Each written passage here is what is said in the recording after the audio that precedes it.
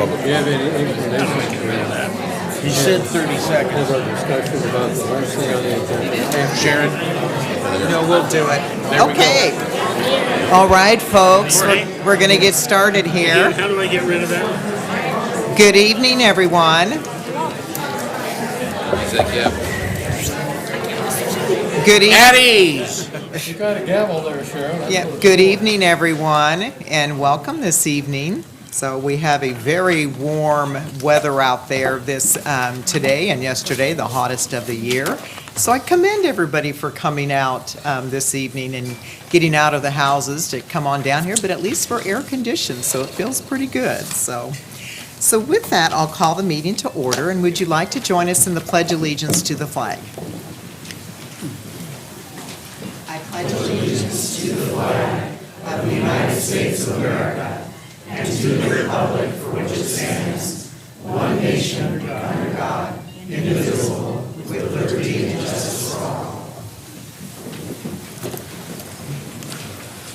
Okay, Allison, could we get a roll call, please? Olson. Here. Sykes. Here. Bessie Johnson. Here. Kellum. Here. Alex Johnson. Here. Coburn. Here. Canopa. Here. Okay. This evening, we have a proclamation for to be read this evening. And this is an event that'll be coming up that we all know about, and it's amazing to think of how many years it has been. But this is a day to remember, September 11th, 2019. It's been 18 years, folks. It's just hard to believe when it seems like it was yesterday. So whereas the unprovoked attacks of September 11th, 2001 upon America from foreign terrorists have thrust the United States and other countries into a war it never envisioned militarily or diplomatically. And whereas the challenges facing all the civilized people of the world as they relate to the war on terrorism will not end. And whereas America is fully committed to ensuring our freedoms remain unfettered and sovereign for all generations, now and forever. And whereas world opinion needs to remain focused upon the eradication of these inhumane acts perpetrated around the globe. And whereas one way to accomplish this is to never forget that those innocent victims did not die in vain. And whereas America can fight back by reminding the world that the deaths of these people will always be remembered and that they will forever be loved. And whereas a noble and appropriate way to accomplish this is through the annual celebration of their living. And whereas this commemoration shall be conducted each September 11th throughout the land to include the promotion of global peace and goodwill, the demonstration of America's resolve and perseverance to win the war on terrorism, the advancement of responsible citizenship, the encouragement of patriotism and love of our country, and poignant remembrance of those innocent victims who died September 11th as heroes one and all. Now, therefore, I, Sharon Canopa, Mayor of the City of Albany, Oregon, issue this proclamation to memorialize those men, women, and children who lost their lives, and be it further resolved that this proclamation be publicized for all to see and know that the citizens of Albany remember with eternal respect those whose lives were suddenly, without cause, and pointlessly taken from them on September 11th, 2001. In witness whereof, I hereunto set my hand and cause the seal of the City of Albany to be affixed this 28th day of August 2019. So, and I think, David, I see David. David, would you like to mention about the event coming up on September 11th? And then this is David Solomon, and he is the commander with our American Legion Post 10. Thank you. September 11th, we will start at 8:46 a.m. exactly. There were 2,977 innocent victims that died. Rescuers, civilians. We were under attack by the terrorists.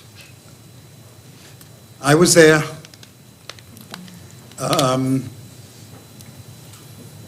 2,000 more rescuers have since passed away. My health has been jeopardized, and now they're telling me I have a heart issue also, so it's getting worse. But we need, for children mostly, to learn about what happened. It is the same thing as Pearl Harbor. We were attacked on our soil, and it was a day that should be remembered in history. And I really would love all the children to be able to come down from the schools to participate and see. I have a full schedule, a full lineup from the U.S. Navy, from singers, the Lebanon Police Department. I have the Native American Honor Guard, Color Guard coming there, and we have the Jefferson High School Choir. They're going to all be there. Thank you for doing this. Okay. Thank Thank you for coordinating it, David. So, thank you.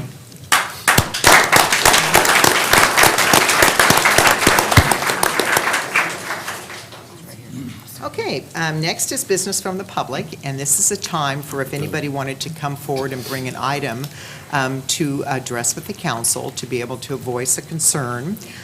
What I will state, though, because I do think it looks like there might be maybe 3 particular items that are on our agenda that will want to be discussed. So when you do come forward, if you can state your name and spell your last name and furnish your address.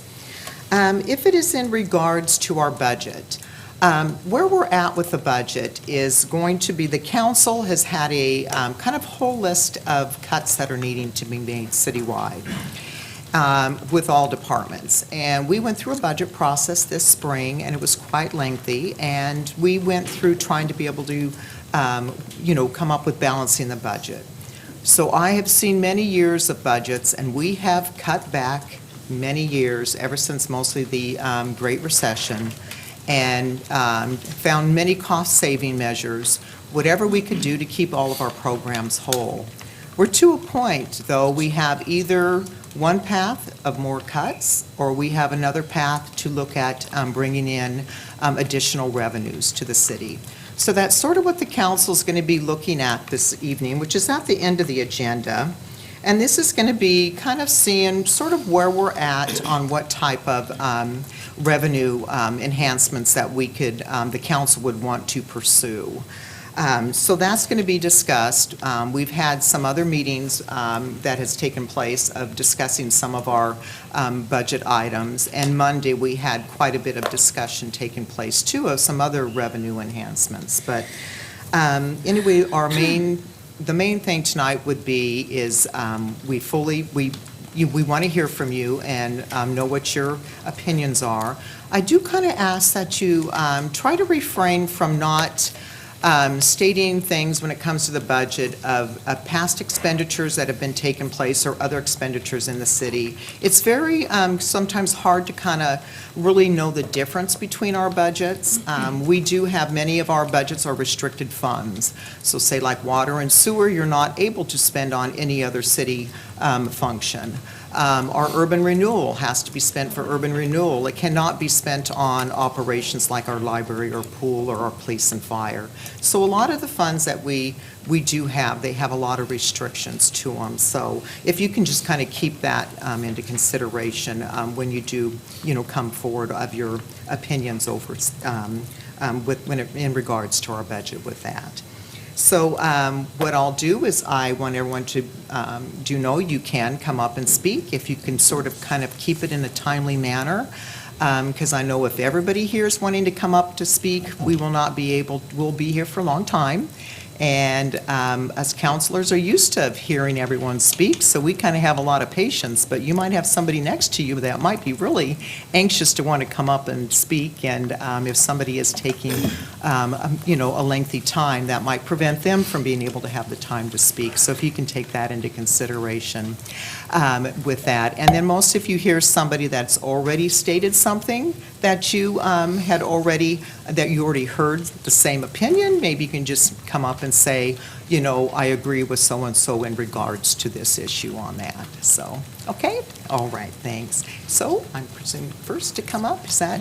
Yeah, all right. And then what you can do, you can stay seated. You just can raise your hands, and then I can be able to, I'll call you. And don't worry if, if you haven't been called up, everybody will get a chance.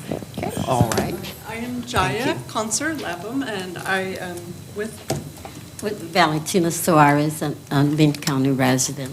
I'm a Benton County resident. Together, we are on the Hispanic Advisory Committee, and we're preparing a Festival Latino on September 15th in Monteith Park, and we are looking forward to seeing you there. Yes, I will be there And again, you all the bet. residents of Albany, and we have a fun run in the morning at 10 a.m. and many other musical. Well, we're going to have music, we're going to have a 5K run, walk, stroll, whatever your capacity good. are. We also going to be bringing a veteran author and a veteran to the city. Her name is Graciela Pizarro Sato, and she was involved in the Iraq War. So, Oh, wow. And Yeah. she has written this children's book that actually empower young women to, pursue whatever dreams, they would like.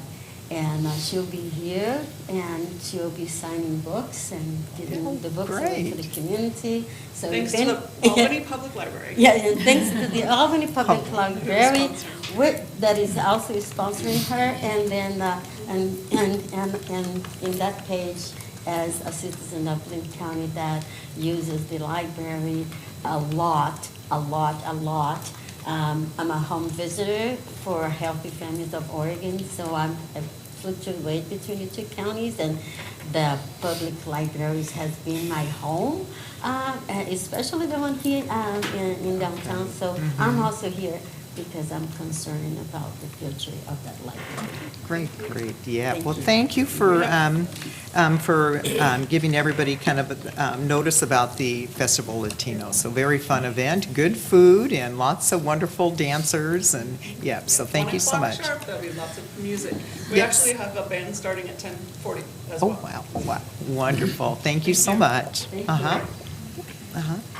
I think, John, we'll go ahead and get the folks that are standing. Daniel? Yes, uh-huh.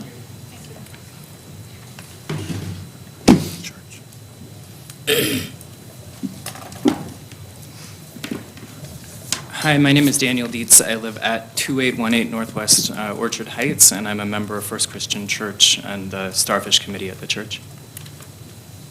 And I'm Ethel Ellingson, Ellingson, and I live at 635 Southwest 14th here in Albany.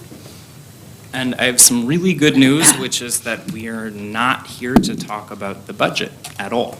In fact, we're hoping to talk about something that our church is providing that's free, or that we provide at our cost, and that is the porta potty at First Christian Church. We wanted to address the council tonight in particular because city staff was gracious enough to reach out, and we're grateful for that, and let us know that there would be a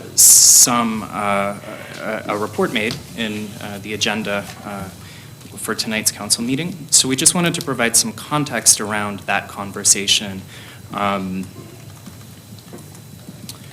So back in March of this year, our church wrote to the city's Department of Public Works, and we asked for permission to keep a toilet on our church grounds for longer than 90 days. And as I mentioned, we offer that toilet at our own expense. We pay the fees for it, and it's cleaned weekly as part of our business relationship, and so that's something that our church does. Again, not with assistance from the city or any other social service agency. It's something we do as part of our faith mandate.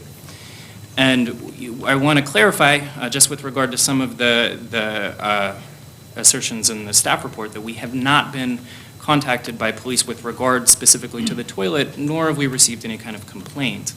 I also want to clarify that we've stayed in really regular communication with the city and city staff so that we remain in compliance with the municipal code.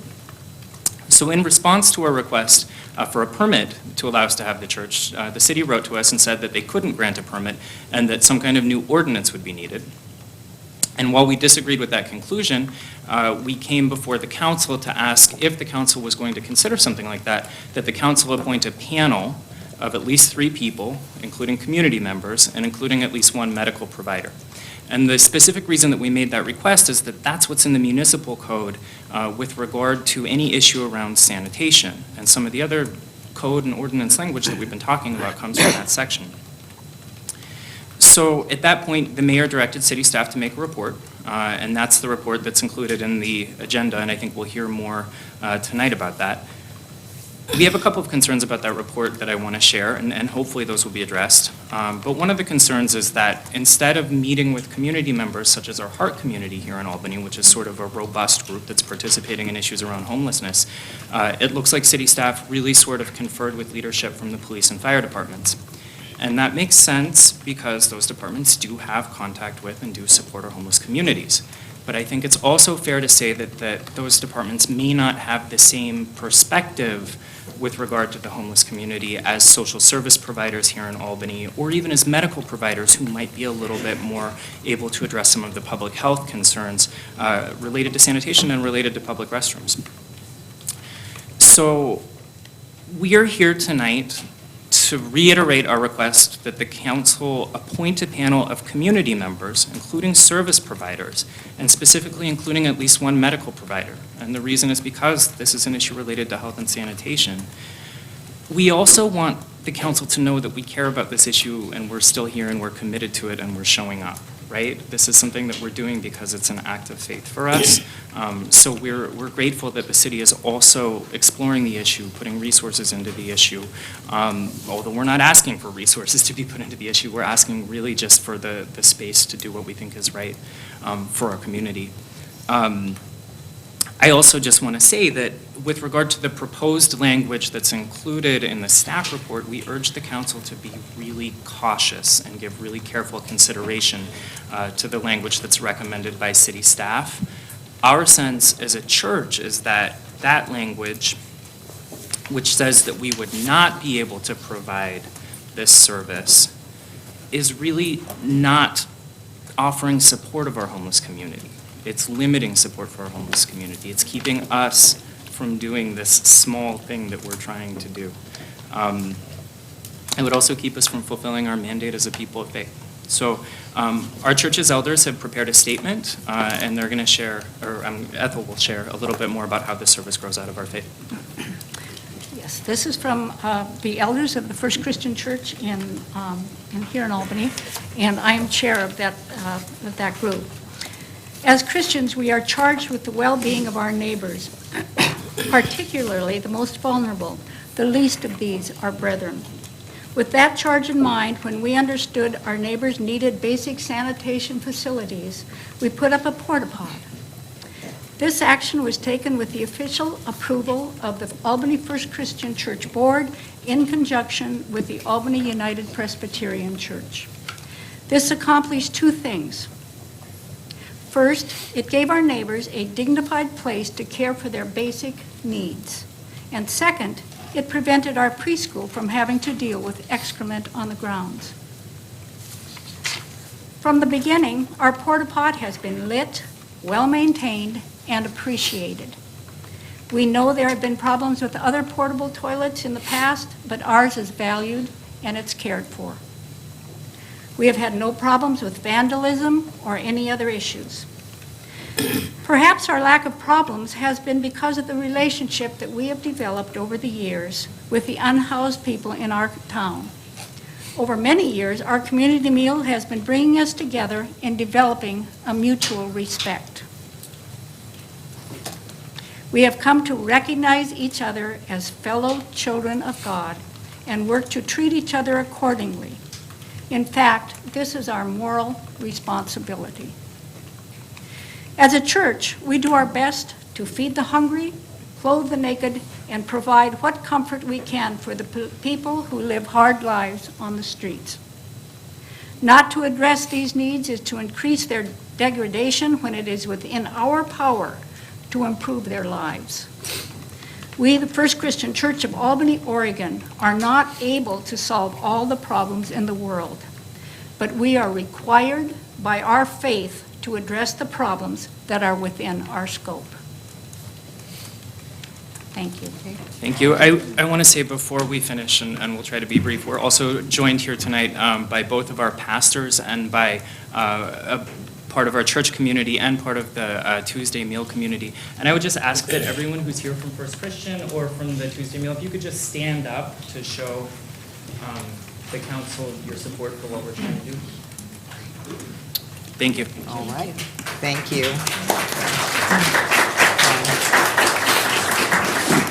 Thank you. Okay, John, yeah.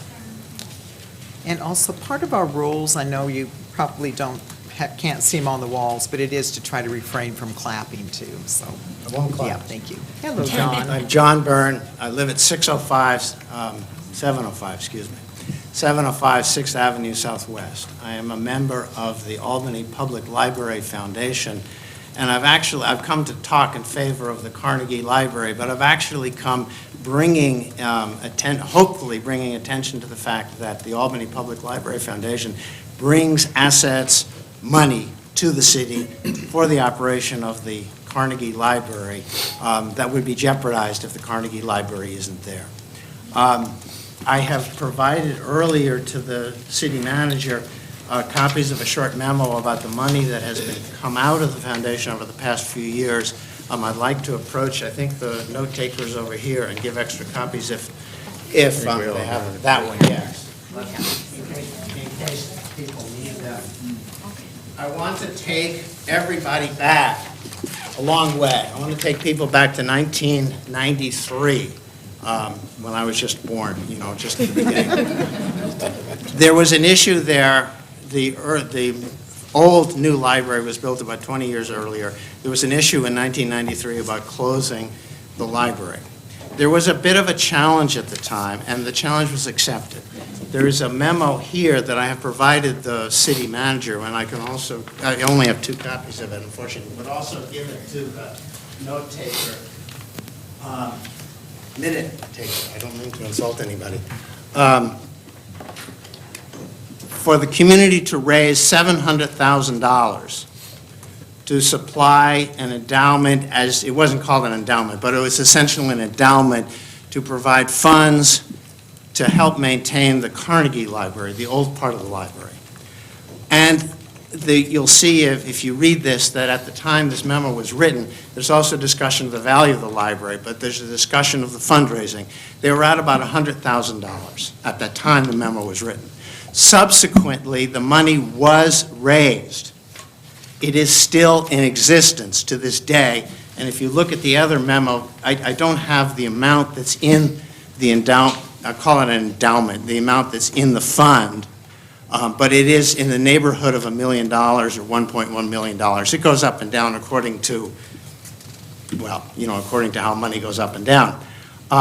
Over the years, as you can see, consistently the foundation has pumped between $25,000 and $70,000 into the operation of the Carnegie Library, and also general grants that are used for materials and staffing for both libraries, for both branches, not both libraries. There's only one library, there's 2 branches. And it stays in that it can continue to do so. Now, in my view, there was a promise made back in '93. There was a promise made on both sides. It's not in writing, but it's implicit in what happened. If the community wants the library, the community's got to come forward and, just not say, I want. They've got to come forward and do something. The community came forward and did something, and it continues to come forward and do something, and that is supporting that library. The other side was, if you do your share, we'll do our share, and the city will maintain the Carnegie Library as a Carnegie Library. Okay, it worked for 20-some-odd years. The money's still there. The budget for the foundation has budgeted roughly $75,000 for this fiscal year, which is July 1st through June 30th, for this fiscal year. And that was an increase from last fiscal year for the amount that just goes in general for materials and staffing and hours. It just goes to Ed and says, hopefully you don't take it to a tavern, you use it for the purposes of the library. It was increased because the foundation is aware that there's a pinch. The foundation and the community have done their part and will continue to do their part. If you look at this document, you will see that over the past few years, in addition to the bulk of the foundation, there's been at least $100,000 extra added as time goes by. The foundation has been involved in publicity, has been involved in helping not only fund things, but also helping around the library. And one of the particular times is during the Christmas parlor tour. The library gets a lot of people during the Christmas parlor tour. But it not only gets a lot of people, it gets a lot of people who express their attachment to this library. I remember when I was a kid, this isn't me, this is someone talking. I remember when I was a kid, I used that closet there because there was a phone and I would call my mother after, getting books out of the library and so forth. I remember listening to the story time downstairs. There's a beautiful stage. If you haven't been downstairs, there's a beautiful stage downstairs for kids in the kids' library. It has improved over time thanks to the efforts of the people who work there and thanks to the efforts of the foundation that has provided funds for it. My argument, to the extent there's an argument on behalf of the foundation, on behalf of the library, is the community has done its part. I think abandoning the library at this point is a breach of faith as well as a bad decision. I have separately talked about, having the library there because it serves it serves the precarious population that you've just heard about, giving them computers that they can use to help find jobs or connection or email, or even just read the newspaper, or even just get out of, I was going to say get out of the cold, but now I'll say get out of the heat. And it's there for that. It provides people like me who prefer to walk. We've got one car in our family. We prefer to walk to the library. It gives me an access to every library, at least in Western Oregon, because of the intertie of the libraries. I can get a book out of LB, or I can get a book out of SIO or Lebanon or Corvallis because of the intertie in the library. I'm not going to say it doesn't cost the city money, but I am going to say that a lot of money comes in, and the amount that would be saved, if there is any, is really questionable, because this money that's here is for the maintenance and support and continuation of the Carnegie Library. The bulk of the trust comes from a bequest, and the bequest was to keep the library, this branch, going. And as I said before, I think that there was an implicit agreement. I think the agreement should be honored. I think the library is a valid and very important part of the redevelopment of downtown. It certainly contributes to the property values, which contribute to the take, as you were to be crude about it, that the city gets, and that there is no savings from getting rid of the library. There is, in fact, a net gain from maintaining it, not only emotionally, but even financially. So I appreciate your time and patience, and I certainly hope you take the role of the foundation into account when you discuss this. Thank you. Okay, all right. Thank you, John. I would ask people who support the library to stand.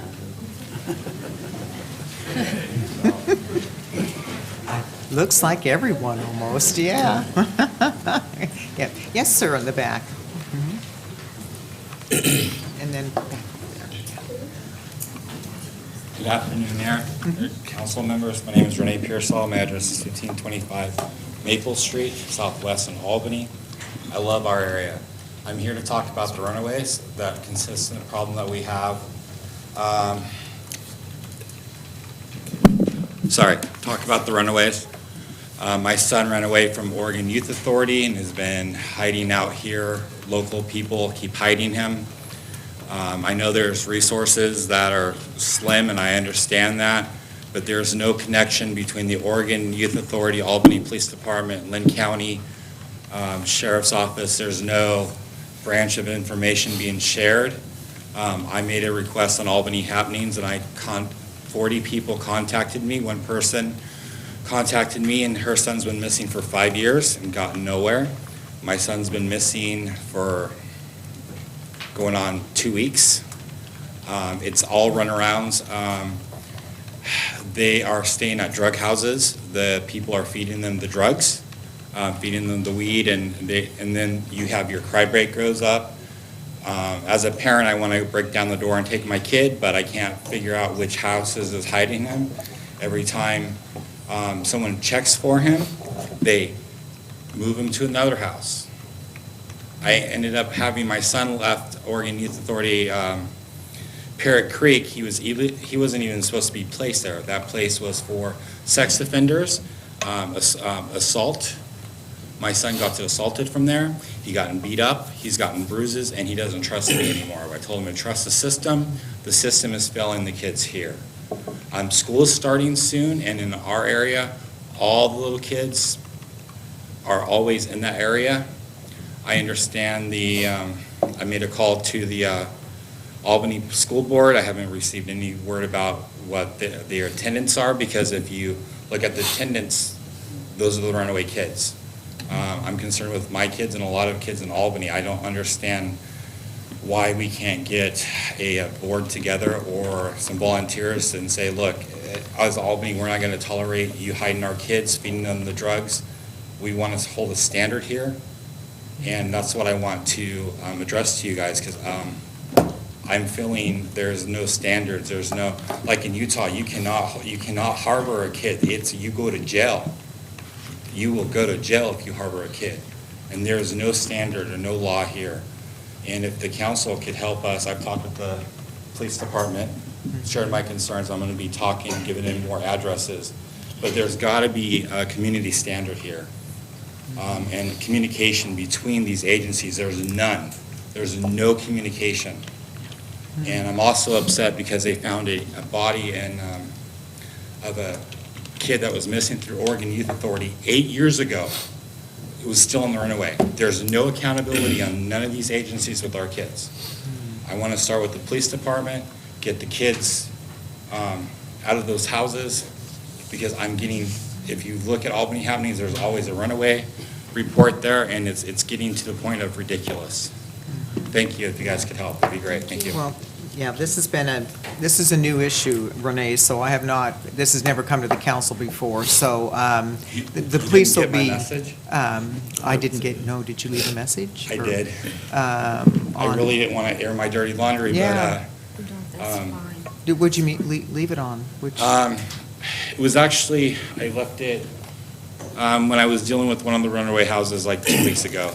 And I asked the lady, I said, can you give this to the mayor? I said, please call me. And she said, yes, she was going to give it to me. Yeah. Oh, I'm sorry. Because those houses have broken my windshield wipers, flattened my tires.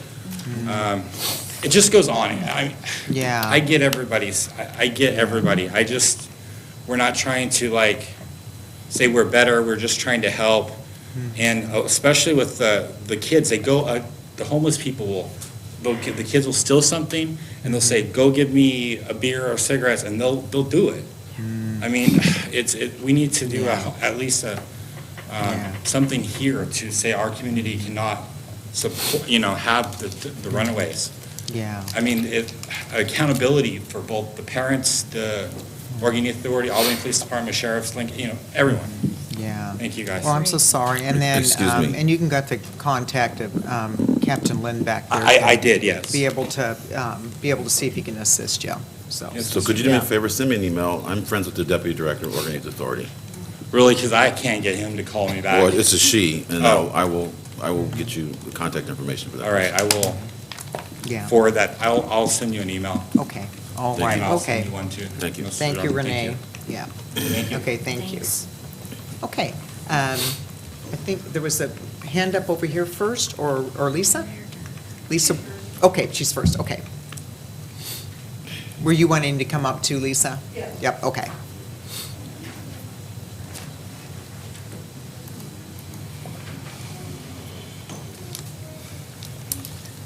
This will be short. My name is Jennifer Stewart, Stuart. I live at 1088 Front Avenue Northeast.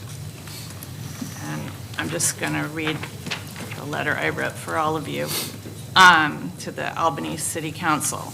The City of Albany has a rare treasure in its downtown Carnegie Library, Our community is lucky in that the historic interior and furnishings have been preserved as well as the exterior. This increases the historic significance of the library building, and it deserves our protection.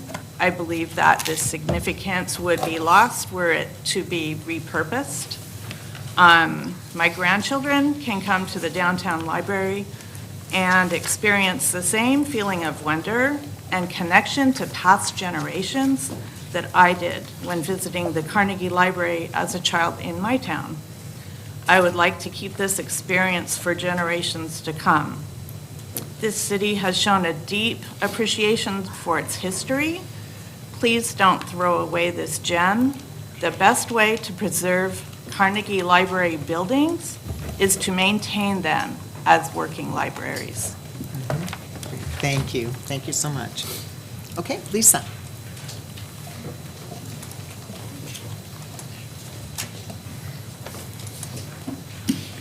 Good evening. I'm Lisa Grotto. I live at 220 7th Avenue Southwest, and I'm speaking as a parent this evening. I just wanted to speak on behalf of the Albany Community Pool. Just wanted to highlight a few things. I've had the pleasure to see my daughter grow at the pool, as have many of the folks in the room. One of the programs is a safety program that helps kids be water safe. It serves the community from Little Tots, who my daughter has had the pleasure of teaching, to seniors who she's worked with, and some of her co-workers have had life-saving experiences with due to the training that they receive by being lifeguards at the pool. As far as tourism, it's the only pool large enough to host many of the swimming and water polo events, so it does bring in TLT dollars. And it also keeps our youth engaged through water polo swimming throughout the year through the high school programs and also through club programs. So we appreciate what swimming and water polo and the pool does in exercise in different ways, and would like to continue supporting that and looking for opportunities to do that. I'd just like the people who are involved with the pool, or if the pool has touched your life, to please stand. This is a demonstration, right? It is. Thank you. It's a lot of peaceful joint demonstration. uses here, yeah. Yeah, thank you, Lisa. Thank you very much. Yeah.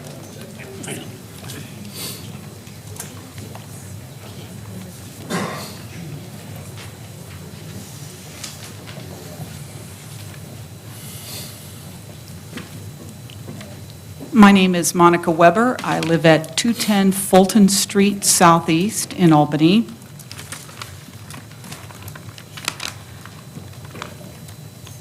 To the honorable members of the Albany City Council and to Mayor Sharon Canova, when choosing programs and services to cut from the city's budget, I hope you realize how important the community pool is to the health and safety of so many of your citizens.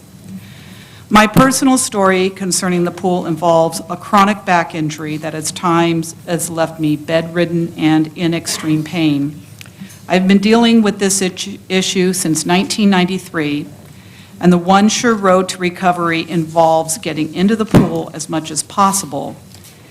In the last episode, 3 years ago, my devoted friends at Albany Pool drove me back and forth out of their way for 5 weeks since I couldn't sit to drive. When I got to the pool, I would hobble to the edge on crutches and fall in. I'd float in the deep end suspended from a flotation belt. This helped stretch out the offending discs and brought sweet relief and helped my back heal faster. Liberal use of the community pool's hot tub also brings relief from pain and muscle spasms. Continued access to the pool is critical to my health. When I moved to Albany 6 years ago from Sublimity, I was excited to start a new life in a new town, one that had all the amenities that I craved. The town has not disappointed me. I am thrilled to live here and invested a lot of time and money fixing up an old house in what was perceived at the time not one of the most desirable neighborhoods. Not only do so many of us need to keep using the pool, we also need a new hot tub. A dedicated group of pool users and our great pool manager, Rob Romancier, have been working on getting a new hot tub funded.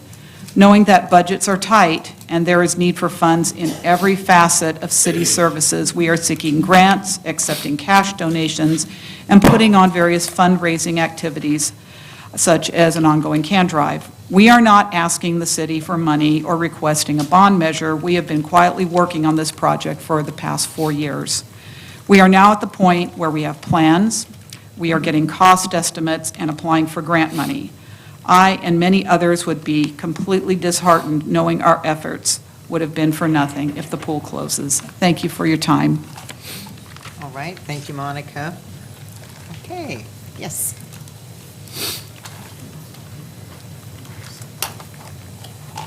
I'll be brief. My name is Karen Day. I live on 1645 Southeast Sherman Street. And I have 5 children, and 3 of them have been through the community pools swimming program, the safety program.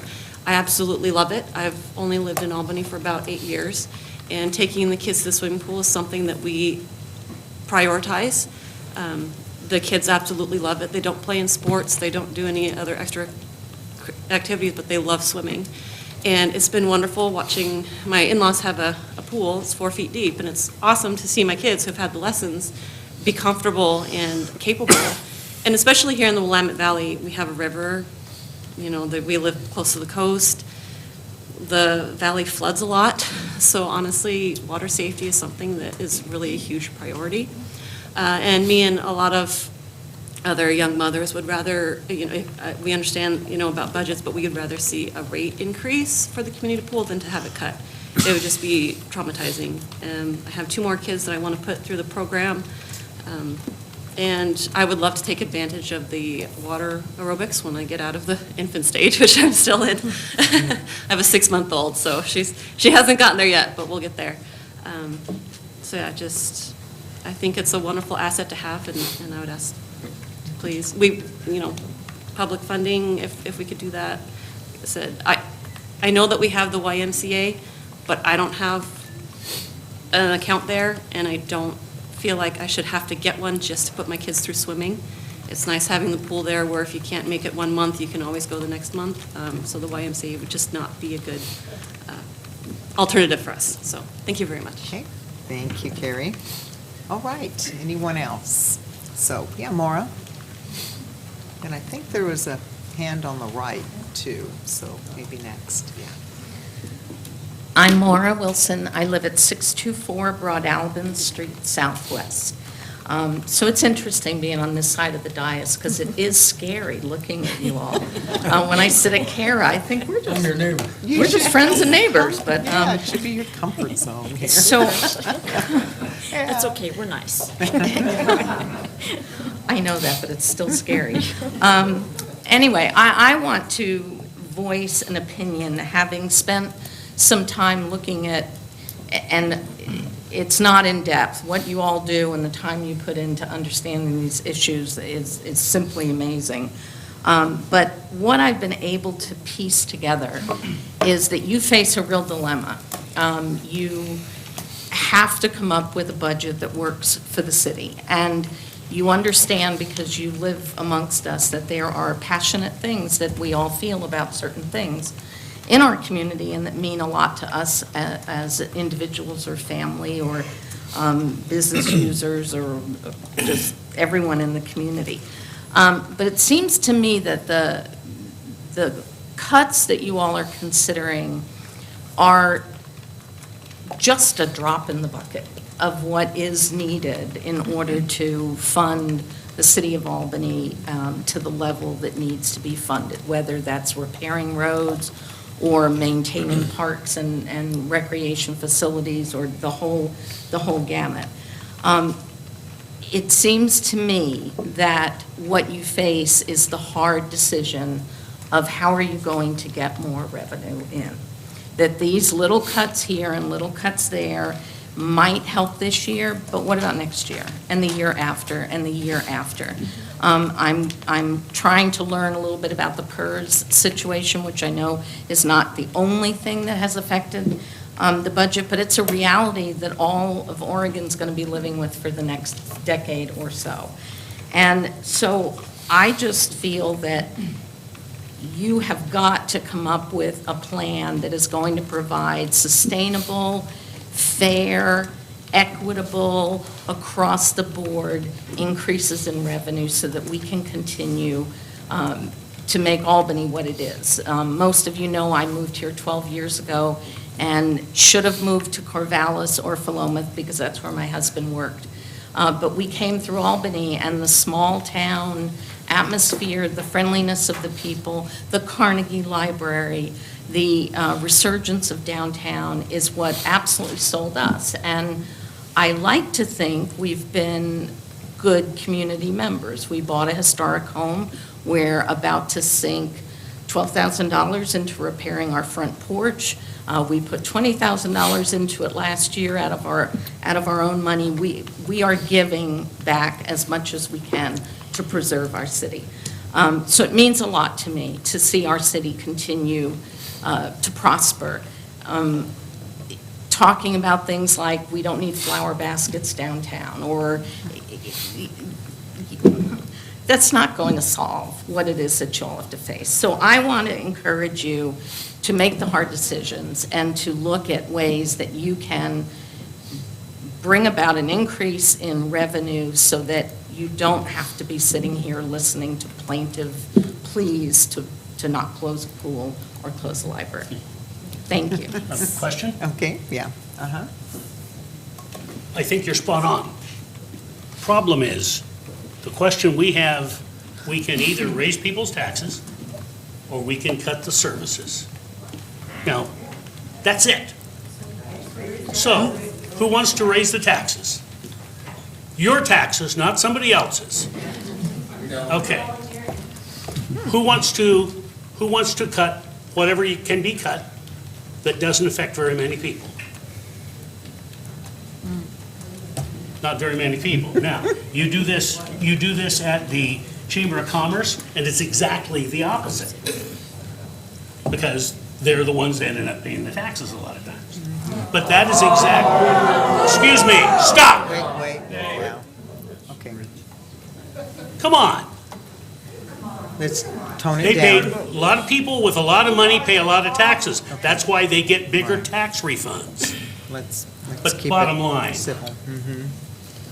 that's the dilemma that we're faced with. There are all kinds of things to cut. And we're not going to be able to cut enough to make everything work the way we want it to. What about your 518,000 budget error? How much of this is impacted by that? So. Wasn't mine. Yeah. So, Counselor, Yeah. let's go ahead and get our public input from the citizens. And, they've got, this is their time, so let's Okay, be and able to hear from them. I appreciate Yeah. this. I thought of Mhm. another thing I wanted to say. Uh-huh. You'll regret that, Rich, right?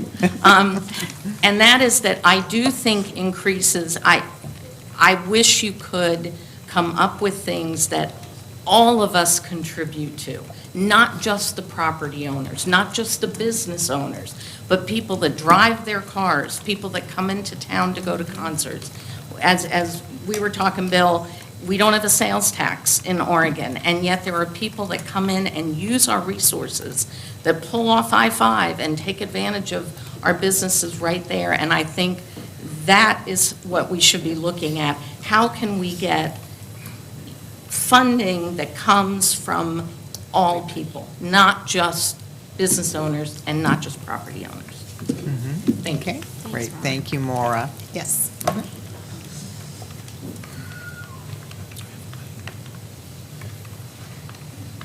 I'm Marilyn Gryte, Gryte, and I live at 336 7th Avenue Southwest. And I'm here to read a very brief message in support of maintaining the Carnegie Library. Part of keeping downtown healthy is attending to the neighborhoods that surround it.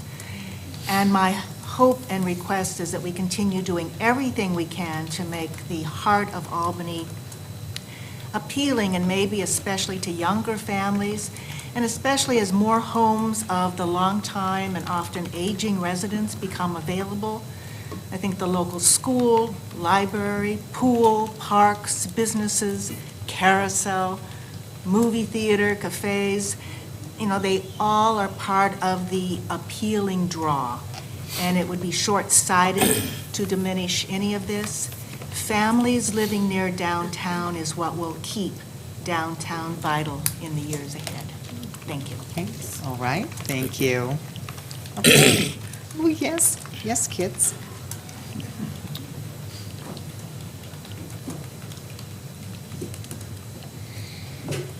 They're My not- name yeah, they're is not shy at Bennett, all. and I'm 6. I want to keep the pool open because I go swimming there, and I'm on swim team, and I make friends there. Oh, good, okay, thank you. Oh. Did you want to say anything? Yeah. My name's Hannah, and I'm 6, and I want to keep the pool open because I'm on swim team there, and I want to make friends. Oh, you're on swim team, boy, that's great. So, wonderful. Well, thank you, girls.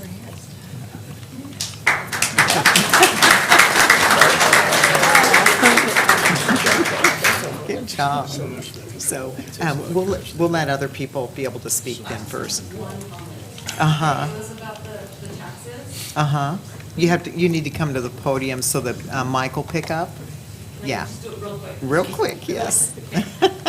Or you might get other folks upset because they haven't had a turn Well, yet. we talked about raising taxes, and we've Uh-huh. had on the ballot sales taxes before. The problem is, we already have a property tax and an income tax. Most states that have a sales tax do not have an income tax. I would be for a sales tax if we did not have an income tax. That's all I want to say. Okay. All right, thank you. Okay. Anybody else that would like to speak? Yes, the lady in the back.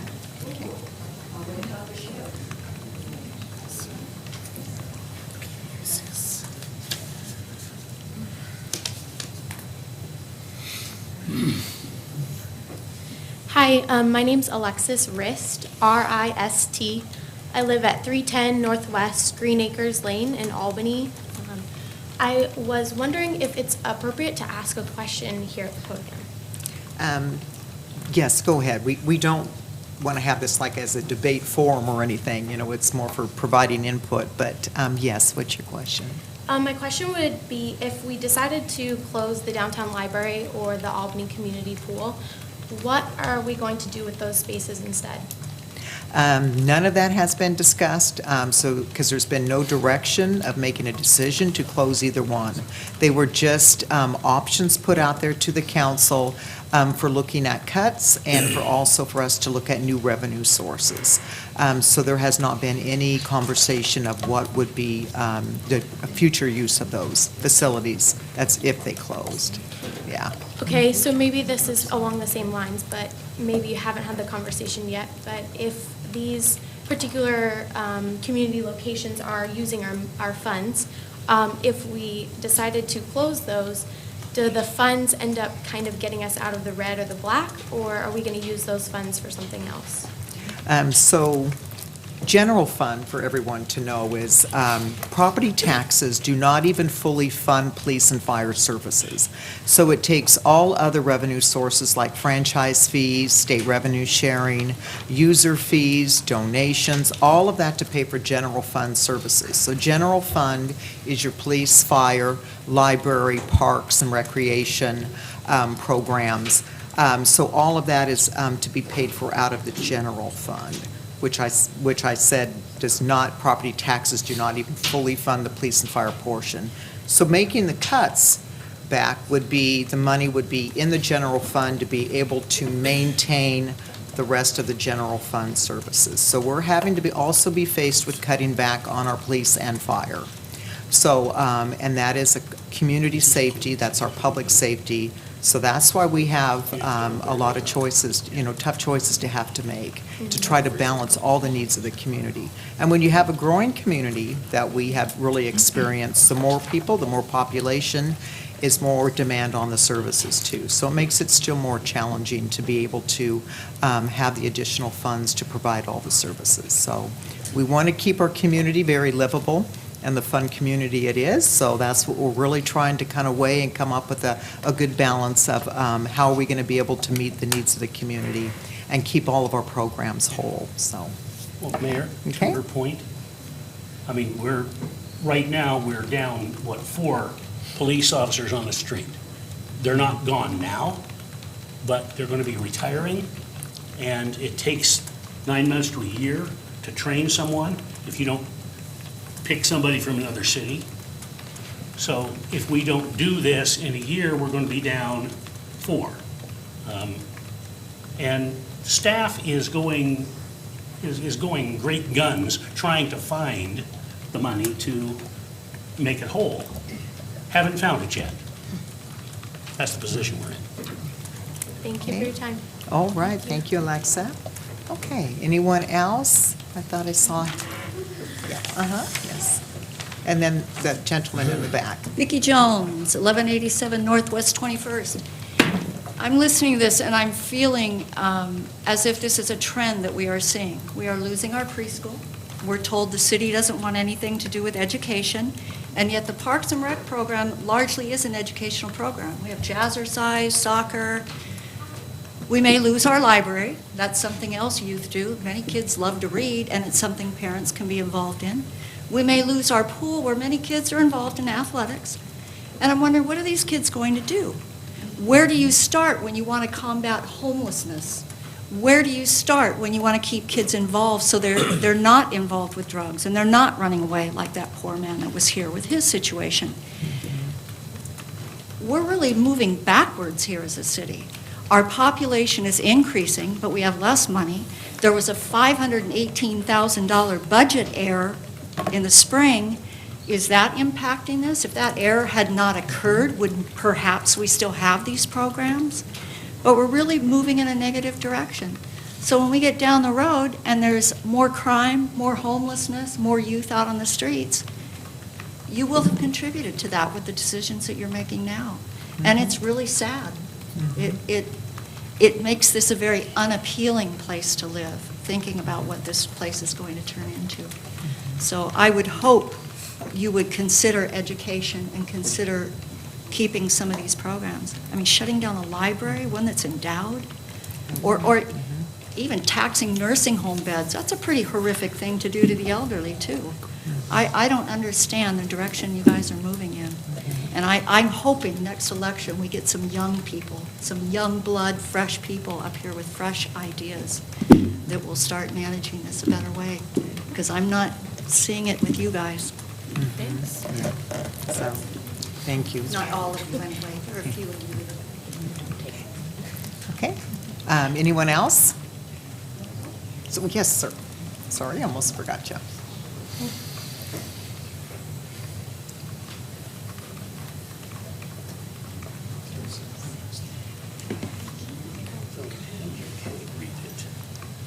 Good evening. My name is Eric Rao, R-A-U, and I live at 721 Fifth Avenue Southwest here in Albany. So we are one of the downtown families that folks were talking about earlier. And I appreciate very much that you're working through some difficult choices with the city budget and that you've been doing that for a while. I appreciate all of your service in that regard. I wanted to talk to you about some of the things that we value about Albany. That we're grateful residents of Albany in part because of the city services here. We really appreciate that, and we appreciate the public service of the folks who put that in. In the downtown neighborhood, we deeply appreciate the historic character and some of the things that contribute to that. As folks well know, we appreciate the many activities that are available downtown, of which the library is certainly one of those activities. And we appreciate the community feeling downtown. As the First Christian Church demonstrated, we feel very safe, we feel very comfortable, and we feel very much a part of the community, and we hope that other people do as well. The gentleman from the Library Foundation spoke about the library as a place for everybody, and that's near and dear to our hearts. These two were just spending their time reading the books they got from the summer reading program at the library. So we appreciate all of the services that are offered there, appreciate the helpful staff, the internet access for folks that don't have it otherwise, and the summer reading program, certainly the educational programs that occur within the library and outside of it. And I think that as far as the Carnegie specifically is concerned, when we take that together with the carousel, with the museums here in town, with the historic districts, that provides a lot beyond simply the buildings. It brings a lot of folks to Albany. It brings Albany's reputation elsewhere in the state. And again, those are things that we appreciate very much. We make a lot of our friends and family sick of talking about how much we enjoy Albany. But we drag them here, and we spend a lot of time here as well. So I just wanted to say that I understand that those choices are hard. I understand that folks don't want to find new revenue or raise taxes, but we appreciate the things that come with that very much. And thank you for your time tonight. Appreciate that. All right, thank you, Eric. Thank you, kids. Okay, is there anyone else that would like to speak forward? Like to come forward? No? Is that it this evening? Oh. Or must be, okay. All right. Okay, not seeing anything. That closes our business from the public. Let's see, why don't we go ahead and go on down to, since we've been talking a lot about budgets, let's go ahead and go on down to 7C, which this would be our revenue enhancement and cost containment review. So.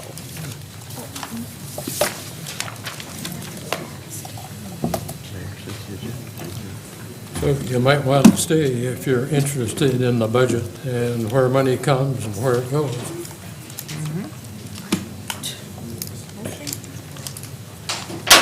Also, if you're interested in the budget, where money comes from and goes, we'll have a conversation, a community conversation at Deluxe Brewery on September 17th at 6 p.m. All right.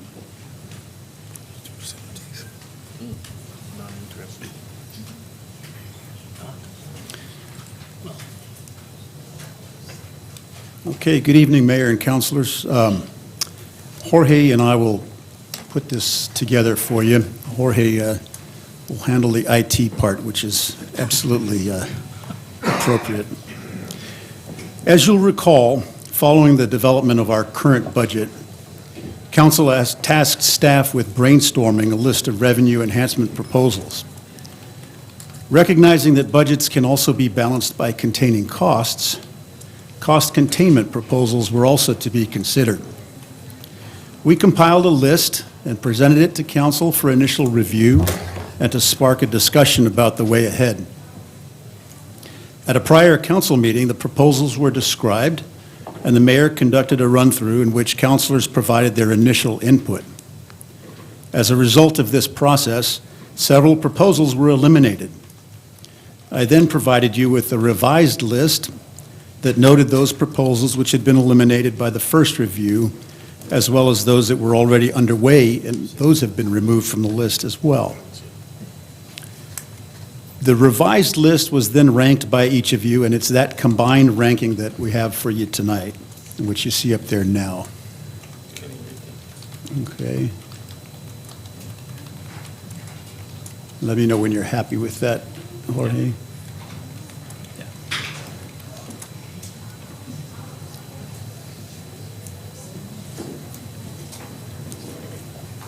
You ready? Okay. First of all, I want to thank you for going through this exercise. Secondly, please understand that there's nothing scientific or precise about this ranking, and I anticipate that we're in for more discussion. But it's helping us to refine a plan for addressing projected budget shortfalls. The magnitude of the shortfall we'll be facing in a year and a half isn't known, but to help set the stage, you'll need to first hear from the finance director about what the target is. Why are we going through this exercise? The budget that was recently adopted for the current biennium is balanced. What is it that we're trying to accomplish? What is the shortfall that we're trying to address? So I'm going to turn it over to Gina in a minute, but I want you to get ready for some sobering information. But remember, as you hear this, that we're looking well into the future, 2 to 4 years into the future. And the reason we're doing that now is because the steps that we'll have to take to try to ameliorate that will take some time. So Gina, if you take it from here. Sure. First of all, I want to make this clear that this is a very preliminary estimate. Obviously, I don't have a crystal ball, can't look into the future, but we're being conservative in our estimate, and I'll let you know what my assumptions were first. Can everybody hear Gina in the back? Do I need Okay, to move I this? think you need to turn it towards you, yeah. I was afraid it was going to squeak. You're not supposed to touch it. We're assuming, so PERS rates will be going up. Using a spreadsheet that was provided by the state, we are looking at a PERS rate of about 38% in the next biennium. We are also looking at COLAs. Maximum amount would be about 3%, according to current contracts. We're going to continue to see about a 17% increase in insurance premiums. We are going to see a 10% increase in general fund expenditures due to a reevaluation of central service charges. And then we're assuming a 3% increase in property taxes, and then also other operating revenues with some slight modifications. A 3% increase in contractual services to be consistent with employee COLAs. Many of our contracts have CPI-related increases written into them. And then also 3% other operating expenditures, also with some minor adjustments. In my revenues, I included the additional $50,000 in planning fees that Jeff is exploring. I also included increased franchise fees for natural gas and waste services. So again, very preliminary, conservative, definitely an estimate. If we look at this again in 6 months, we may have better numbers. What we are looking at is a deficit of about $11 million in the next biennium. 82% of operating expenses are related to personnel, and personnel costs are going up about $12 million in the next biennium. Wages and salaries are going up about $4.4 million. Anybody have any questions? So the rest of that is more people? Pardon me? In the next biennium, the rest of that is more people? Well, so when I was going through this, I kept the current service levels from this last biennial budget. So it's not, it's keeping current service levels. Gina, question. Yes. You said in the beginning PERS, is that up 38% in the next biennium? No, we're going from 33% to 38%. It's going up about 5%. 38% of that general fund budget is PERS? No, 38% of personnel, of wages and salaries Is PERS? is PERS. Now, that's another thing, though, is that right now the legislature is working on some PERS reform. We may see some relief from that. They're currently, It'll be in court. there's a lawsuit, and until that ends, we won't really know what relief we'll see, if any. So what would be the net effect if the state legislature fixed PERS? How would that It would depend on how you help our would- budget? How do you quantify On However they what's- fixed it. You can't, well, Yeah. that's part of the problem though, correct? And the state legislature has shown not to do anything about it, correct? We're hopeful that there may be some reform coming, but again, there's a lawsuit. Until that gets resolved, I don't think we're going to see any changes. Well, their reform is not about reforming. Their reform is coming up with money. Right. It's not to fix the problem. It's part of to that problem- just throw money at it. Part of it would be to divert some of the IAP money. Right. I wanted to make that comment for everybody that was here, that we're dealt what the state has given us. It's, the state government's got to change. Something's got to change up there, folks, or we're going to be faced with this for the next 20 years. Well, in case people don't know, we don't have the option to opt out of PERS. So we don't really have a choice. Thank you, Gina. And we'll have an opportunity for more questions when we finish going through this. But again, I caution against excessive negativity. Our assumptions are necessarily, as Gina pointed out, very conservative, and they can change. It's important to note, and the mayor commented last time, that I provided you no way of discriminating between options based on the revenue that would be received, the difficulty of implementing the proposal, or the time it would take to do so. A more thorough evaluation would have asked you to consider potential revenue, fairness and equity to the consumer or the citizen, ease of implementation, i.e., could the option be implemented this fiscal year, and practicality. How complex is the proposal and how much staff time would it take to develop? So as I mentioned earlier, this is an imprecise exercise, And as you deliberate further, it's important to consider these factors. We'll go through these now one by one. At the end, you'll have an opportunity to discuss and deliberate. And remember that the ranking here identifies which alternatives to investigate first, not necessarily which one might be implemented over the other. We need to focus attention and establish an evaluation work plan for staff. So first, increasing fire med fees. This was the number one choice overall. It was probably number one because it's really the easiest. However, while increasing the fee by $5 from $65 to $70 is reasonable and keeps the fee commensurate with other jurisdictions, it will yield approximately $12,000 per year. Council direction to pursue this would be simple, and the time required to make it happen would be relatively quick, about 3 months. Updating planning fees. This was number 2 collectively. And again, this is likely the case because it's a relatively logical thing to do.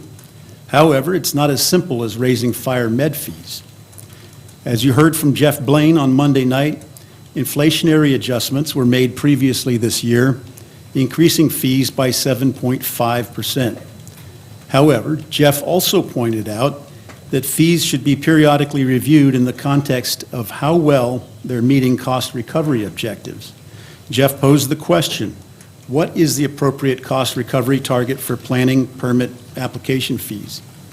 Council on Monday night directed staff to pursue a series of fee adjustments that could result in approximately $50,000 per year more in revenue for the general fund with no net impact to the development community. Can I ask a question? Yes, sir. What kind of value did you put on the blank there in that row? Was there a value placed on it, or was it just No value. including the blank? No value. Oh, the blank. It was no value. Under B, C? No, there was. No value. It was not considered. So the average that you see on the right is just an average of the the numbers ones that are there. Including the nothing for B, C? So Councilor Coburn chose not to rate that one. That's my call.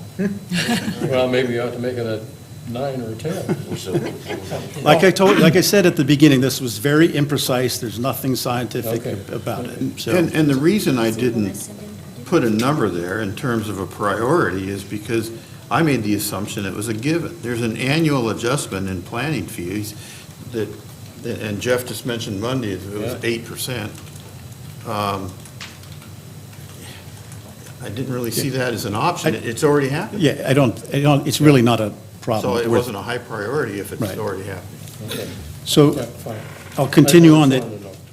Further adjustments will be considered annually coincident with discussions regarding inflationary adjustments. So with a plan in place, this item can now be removed from the list, just as Councilor Coburn just mentioned. Just like any other fees the city charges, it will be important to routinely evaluate their adequacy and adjust those fees over time. Okay, moving to the next one, increasing the public safety levy. Overall, this option ranked third, though councilors were of quite varied opinions on this one. The thing to note here is that a 10-cent increase in the levy could generate $350,000 in revenue, but that increase would be subject to compression as soon as property values level off or begin to decline. Also, the levy will be up for renewal in May of next year. If this ends up being a preferred of the major options, the chances of success would be largely dependent upon the degree to which councilors support the increase and communicate that to our citizens. Next, implementing an assisted living facility bed fee. Coming in at number 4 collectively, this proposal sounded like a good way to ensure that growth pays for growth. However, on August 13th, Mayor Canopa, Chief Bradner, and I met with the Oregon Healthcare Alliance at the request of Representatives Rayfield and Blanchard Davis. This was quite a productive meeting, and I think we all came away with the realization that such a fee might better be replaced with a lift assist fee. This was actually a suggestion from the OHCA, and they even offered to help with the development and implementation of that fee. In my opinion, a lift assist fee would be more appropriately considered a cost containment measure, as it would incentivize facilities to minimize their calls for service for routine falls in which no injuries were suffered. Again, though, Chief Bradner has cautioned us today that even a lift assist fee has problems with the details in its implementation. Next, implementing a utility fee. Again, the positions taken by individual councilors were quite varied, and the result was that this proposal came in fifth. 6 cities in Oregon have implemented public safety utility fees, mainly to fund police and fire, but in 3 cases also to fund parks. And I would ask Jorge to, there you go, you've got it. What he's showing there is a spreadsheet that shows Jacksonville, Newburgh, and Corvallis, Medford, Kaiser, and Gresham. So Jacksonville, Newburgh, and Corvallis have utility fees to fund police and fire. Kaiser has a utility fee to fund police and parks. Medford and Gresham have fees to fund police, fire, and parks. We've polled these cities. Mary Dibble has been kind enough to reach out to them to ask about their experiences. All but Jacksonville have responded. In response to the question, was the utility fee implemented through an election or by the council? The 5 who responded indicated that their councils passed ordinances implementing the fees. We also asked about reactions to the fees and any other pertinent information. In Kaiser, their $4 per month fee for police and $4 for parks was passed in November 2017 and provides for a low-income and senior discount. They used the revenues to hire 5 new officers and 2 parks employees and to make several capital improvements in parks. They noted that both their police and parks boards conducted extensive public outreach efforts prior to the fees being adopted, and attribute the fact that they received few complaints to this preparation. In Medford, their fee was phased in over 3 years, starting in February 2014. They report that their fee revenue went to public safety staffing and to completion of the Medford Sports and Community Park.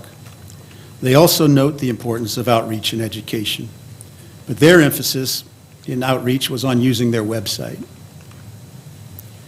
As you can see from the Kaiser and Medford experience, outreach is key, whether the council approves the utility fee on its own authority or goes out to an election. As discussed Monday, such a decision isn't needed at this time. At Monday's work session, council directed staff to continue to investigate utility fees for streets, public safety, and potentially other services like parks. Although these are distinctly separate services, the mechanics of setting up utility are the same. Efficiencies are gained by considering these collectively as compared to separate independent evaluations. Staff clearly understand that council has not yet determined that utility fees are appropriate for any of these services. The direction received was to continue to develop the information needed to make an informed decision. Staff will continue working with council to develop potential revenue targets, rate structures, and sample bills.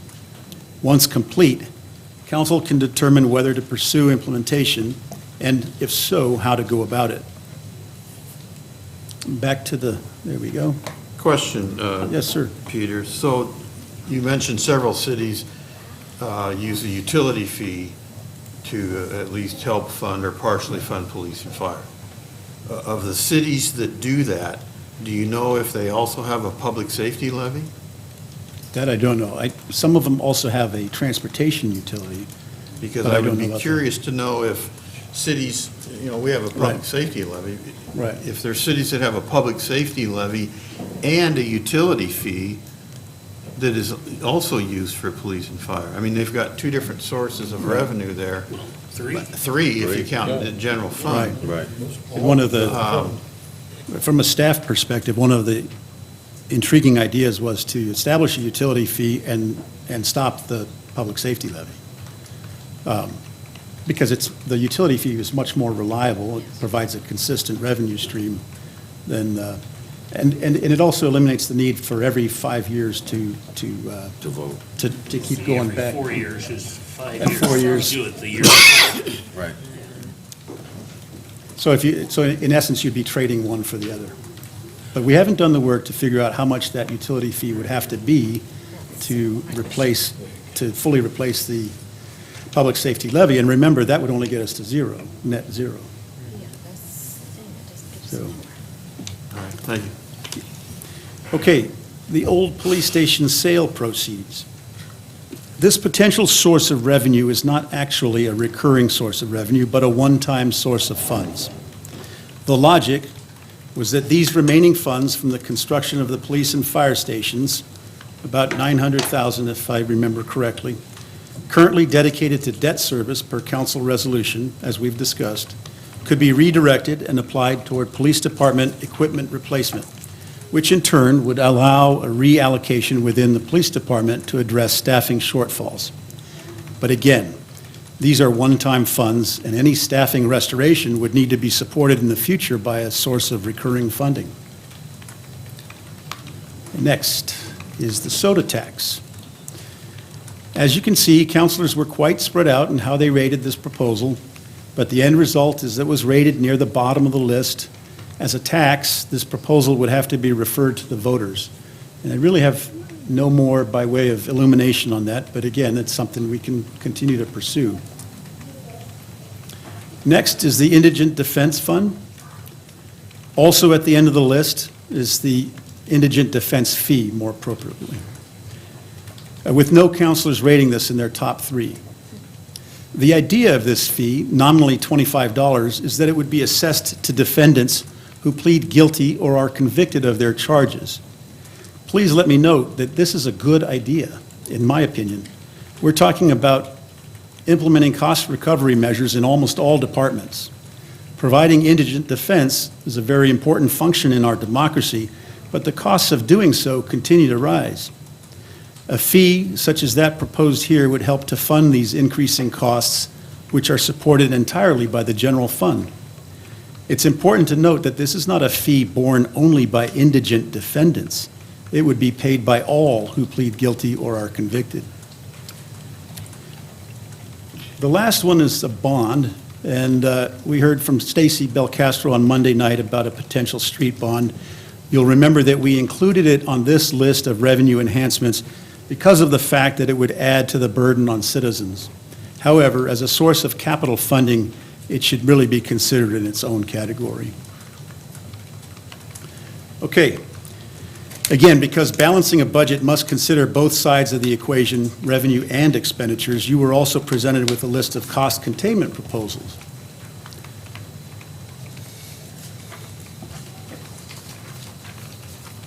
Okay. As you can see, the repurposing of the Carnegie Library was rated as the least objectionable option. I suspect largely because the proposal, as written, centers around keeping the historic building and downtown landmark. However, there is some question as to the city's property tax liability should we use the building for non-governmental purposes. Another consideration, as you heard earlier tonight, is the fact that the Library Foundation has supported much of the major maintenance of the building, a burden the city would have to assume. Other issues, such as zoning implications, ADA compliance, and the future residential growth of downtown need to be considered as well. On the other hand, a bargain that was made 26 years ago, no matter how grand that bargain was, could not possibly envision the problems the city faces today. Next was the library district, establishing a library district. This would be no easy task. The willingness of other entities to enter into an agreement with Albany and the coordination of the governance details could take several years. But I understand it's come close to fruition in the past. This option would rank very low on the ease of implementation criterion. Therefore, it can't be considered a quick source of cost savings. Potentially, however, if the 6 jurisdictions that expressed an interest previously in this option would still consider this a desirable avenue, it's possible that this could be a viable option. And lastly, the Albany Community Pool. Indoor pools around the state and around the country are supported by funding that goes beyond fees received from their use. In our case, the pool does receive $442,000 in subsidies from the city annually. However, the pool is also estimated to bring in $300,000 annually to the community. Perhaps more importantly, it also provides a very valuable service to the public, as you've heard from many here. Personally, as a former Coast Guard officer, I feel strongly about the importance of water safety training and teaching children to swim. At this point, we ask for some guidance on which of these actions to pursue in more depth. The direction I'd like to get tonight or at a meeting in the near future is a council vote on this list or a modified list. You've previously taken some proposals off this list. Does this list now stand as a work list for staff? If so, we'll focus efforts on these proposals in the order in which they appear. Alternatively, there may be items that you now want to remove from the list based on what you've learned, what you've received in the form of public input, or based on your discussion tonight. And that's all I have, Mayor. Okay. All right, council, so as you can, thank you for that report, Peter, do you want me to But, show balancing act? Yeah, if Jorge has taken the initiative to, you're familiar with Balancing Act, the application that we just adopted, and Jorge has worked it out so that it can be used to show members of the public and you all how we can play with it to take a look at various permutations of where money is put. Yeah, I'll take only a few minutes. What we've done is we've taken the Balancing Act application that we showed the council probably a month ago and try to incorporate some of the decision points, some of the revenues and cost containment options here as options for if you would like us to expose that to the public and get some feedback, we can actually do that. The way this is done, so it's not, this particular version of it is not available to the public yet. I have it available for once the council gives us direction to do so. So basically, we have two sections here for folks that have never seen this before, an opportunity to have a balanced budget. So basically, we have a spending category, and then we have a revenue category. And this is only for general fund. We're not talking about any other fund, enterprise fund. So basically, this is a 2-year, it covers both years of the budget. And as you can see, each section here, you can expand, and it gives you information on what makes up this $36 million for the 2 years for the fire department. Each one of the people that access the application, the residents that access the application, have an opportunity to play with it. And for example, every time they click on a minus, it will remove 1% of that line item. That gives you a surplus on top that you can actually move to a different section and say, I want to move that, for example, to general government from fire. So you can increase that, and it starts taking away from the other side. If you're not, you can play with it. If you're not ready to submit any recommendation, you can click here on Reset All. The two new things that we added were, for example, the two sections that Peter described. The revenue options are on the bottom. So you scroll to the bottom, and then you can actually select some of the information that was provided as revenue options. For example, if somebody wants to support this item, fire med fees, they can click on it. It takes that $11,940 that Peter mentioned and adds it to your budget.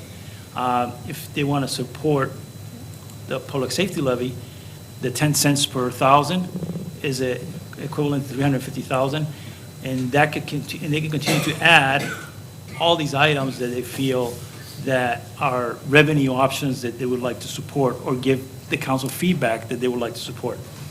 They can add comments to this, a little bit more information. So once they're done with the revenue side, they can come back to the spending side, and they can allocate some of those funds back wherever they want. They will not be able to submit a unbalanced budget, so they'll have to play with this a little bit. This one is a large line item. And then on the spending side, we have the potential cost containment options, which were also described by Peter. We have the Parks and Recreation section. So if they are in support of not funding that, it will return back to the city $440,000.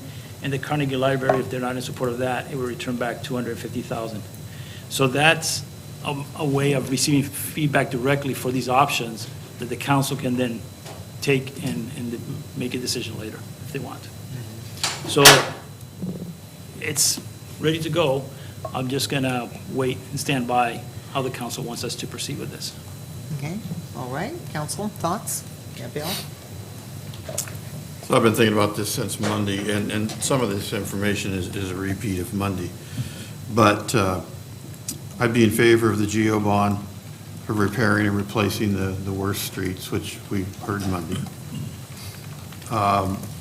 Increase the safety levy, the value of that, to fund the 4 positions that Rich is talking about, and possibly some more, and I'll come back to that in a minute.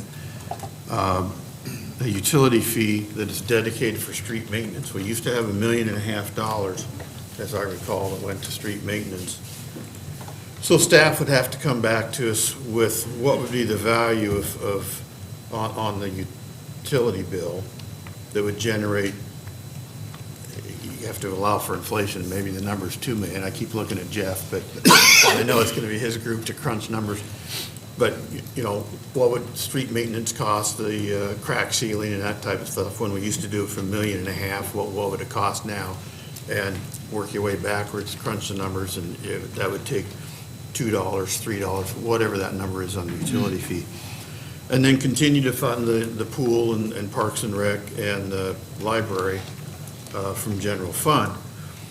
Here's my loop back to public safety. If we need more revenue for the pool and the library and so forth coming out of the general fund, that further decreases the amount that would go to public safety.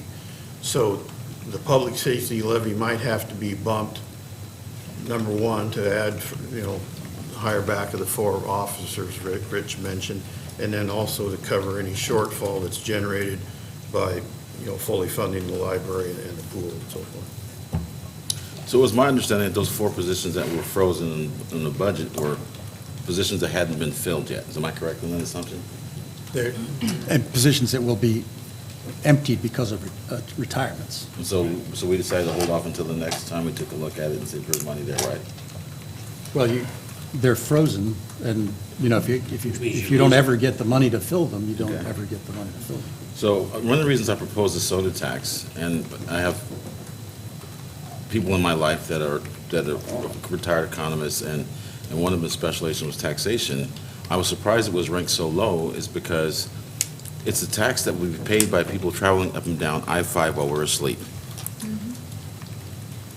And it also touches every aspect, from the low income to the ultra rich. Everyone contributes. So if you don't want to buy a soda, you don't have to pay the tax. But with the number of sugary drinks and the effects of sugar on public health, on the early childhood health, on seniors, on us, on me, because I drink Diet Coke, I was really just disappointed that it was ranked so low. And if we have an ability to impose a tax or vote on a tax that will touch everyone that travels to our concerts, that stops at Starbucks and buys 9 mochas, that goes to get the energy drinks, to go camping, and while we're asleep, every truck driver, every traveler on I-5 will be paying that tax. It makes no sense for me if it's ranked that low. I'd rather spread it over the most amount of people as possible, and I think that will be very beneficial for us to have a tax like that. And that's pretty much what I have to say on that. I believe that I agree with that. I believe that when we looked at the senior center, I felt in my profession, we're attacking seniors. I also felt, I'm glad that Peter and the mayor had the conversation with the fire chief and OACA. But my thing is that when you look at a tax, you want to touch as many people as possible. All the 14,000 people at concert came in here, they bought mochas, they bought shakes, they bought energy drinks, and for a free concert, they could be paying that tax while they're enjoying Albany. You know, so if you look at a tax, you want to go across the board. You're going to, if a person that's homeless scrapes together 50 cents and buys themselves a Diet Coke or a Coke, or a person with $1 million goes and buys them 7 mochas for the family, everybody's contributing equally. If you don't want the sugary drink, don't buy one. It makes no sense to me for it to be ranked that low. I don't disagree with you, but there's a theme to what I'm proposing, and it is an identified source of the revenue for a specific use. You know, I kind of want to know where my tax dollars are going. Mara and I had coffee last Saturday, and she's in favor of the soda tax. And I said, but where's the money go? I mean, it goes into the general fund, and, you know, I said my, well, but here's my analogy. When there was a cigarette tax increase, they said part of it has to go to education to people, to teach them that smoking's bad for you. If you were going to take some of the soda tax money and use it for education to tell people, you know, quit drinking, it's bad for you. I mean, my wife used to teach sixth grade science at Memorial, and she'd do experiments and say, you know, here's your gut, here's the pop you put in, here's, you know, what's happening to you. You know, I even joked with Mara, I mean, would you use that money for the police? And so you say, you know, yes. drink a pop and save a cop. I mean. My initial proposal was that. It was police and fire, public health, and public safety and public health. If you look at I sell CO2. That's what making it fizzy, the soda. There isn't enough soda sold along I-5 to say they're sold. It's not just soda, it's every sugar drink, mochas, energy drinks. You're talking to soda, that's what the tax is. Given the fact that if what you want to do is spread it across a lot of folks, okay, but it's to say that it's people up and down I-5 that are going to be spending most of it, that's not going to happen. I didn't say that. I said No, they'll it be was paying the the inference. tax. No, the inference was they'll be paying while Albany's asleep. That's exactly what I'd say. Nothing about they'll be paying the bulk of it. So council, I think so we can kind of get ourselves on sort of some direction. I do think we need to be looking at what is sort of the soonest that we can implement and start being able to bring in some more revenues. A lot of the items up there are going to have to go to the voters, like the soda tax. So you're looking at, I doubt if it would make it for this November election, it would have to be next May. So that's, if it passes, it's not going to bring in revenue, you know, start bringing in revenue sooner, not till, you know, till the next fiscal year. The same if it's going to be increasing the levy, that's going to end up, you know, or a street bond, you're going to have to go to the voters. So I think we need to really focus on what's more fair across the board, but maybe look at what we could do for short term, what can we bring in the soonest for revenues, and then up where that way we'll have more time to look at other revenue sources that would end up, if it went to the voters, that we have time for that, so. Is there anything that you think that you could support that would be something that we could be the earliest, that, as soon as possible, to start bringing in some more revenue sources so we can be able to at least keep our programs whole? What was it you could support? Could the staff give us a projected timeline for the or implementation? For each one, that would be very helpful. Because, you know, like the soda tax you said would be, or sugar tax, so drop the soda sugar. So if we say, okay, that would be November of 2020, then it would give us a timeline that we can work with as far as making decisions. That'd be very helpful. Yeah. You guys agree? Can I say something? Yep. Yeah. I think tonight it's a little early to make decisions on what we're going to go with and what we don't. I think we've gotten quite a bit of information from the audience, and perhaps ought to maybe rethink some of the things that we have on our grid up here. Another thing, I want to support Alex on the soda tax. There aren't many advantages to being single, but one is that you get to go to the grocery store for yourself, and you observe other people hauling their stuff out. And it's not just sodas, people driving on I-5, it's people at the grocery store carrying out cartons of pop. Sugar. And I think it's going to generate more money than some people think. I think so too. And along those lines, one of the things that I thought might be a good idea, which was summarily said no by the rest of the council, because we'd gone to the voters, asked them if they'd like to pay a small gasoline tax, and it failed when we went to the voters. But we need money for our streets. And which would you rather do? Would you rather pay on a levy on a monthly basis, or on a property tax basis? Or would you rather pay at the gas pump a few cents per gallon? Now, I know what I would like, and I'm curious, what would the audience like? Would you prefer paying a levy at the time you pay your property tax? Or would you rather pay at the gas pump, adding to your, what are we now paying, about $3.50? How much is gas? I don't buy gas often enough to really keep it in mind. I know it's $3 and something. You know, I've gotten in the habit of walking around rather than driving around. But I'd rather pay at the gas pump. How about the rest of the audience? Would you rather pay at the gas pump? Or would you rather pay at tax time? Well, there's one. So it's, most people are bashful here, but, Well, let's so see. I didn't get much of a response. Yeah. But I would prefer gas. So I'm hearing kind of, sort of a timeline. So maybe if we can have staff come back, and for each item then, what the timing would be. So if it's something, say our old police station sale proceeds, could be something that can be implemented anytime. So looking at that, which would, letting us know more of that timing. Also, for each item, I think what we need down is our pros and cons to each one. So that needs to be kind of identified and listed, so then we can start sort of narrowing this down and being able to give staff some direction. Mayor, you mentioned the police station sale proceeds. Right now, the council's decision is to put that to debt service. So if that's something, if you can save us some work if you tell us that remains the intention. Yeah, you guys made a promise. We gave our word. Yeah. And it was a unanimous vote. Yeah. Yeah. Yeah, don't even talk about that one. Put it where it's supposed to be.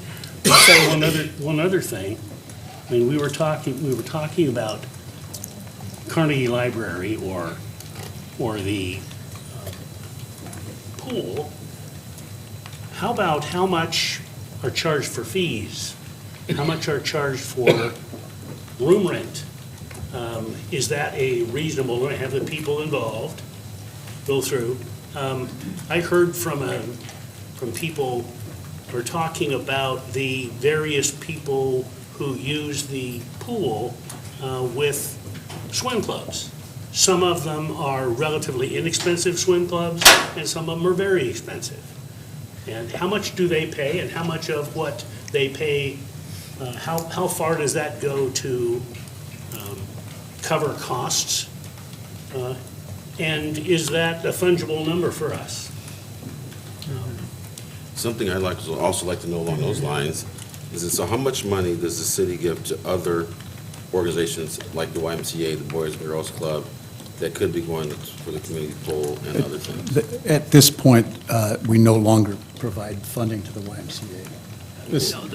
In the next biennium, we're providing half of what we used to, or in this year, we're providing half of what we used to annually, and the following year, it would be down to zero.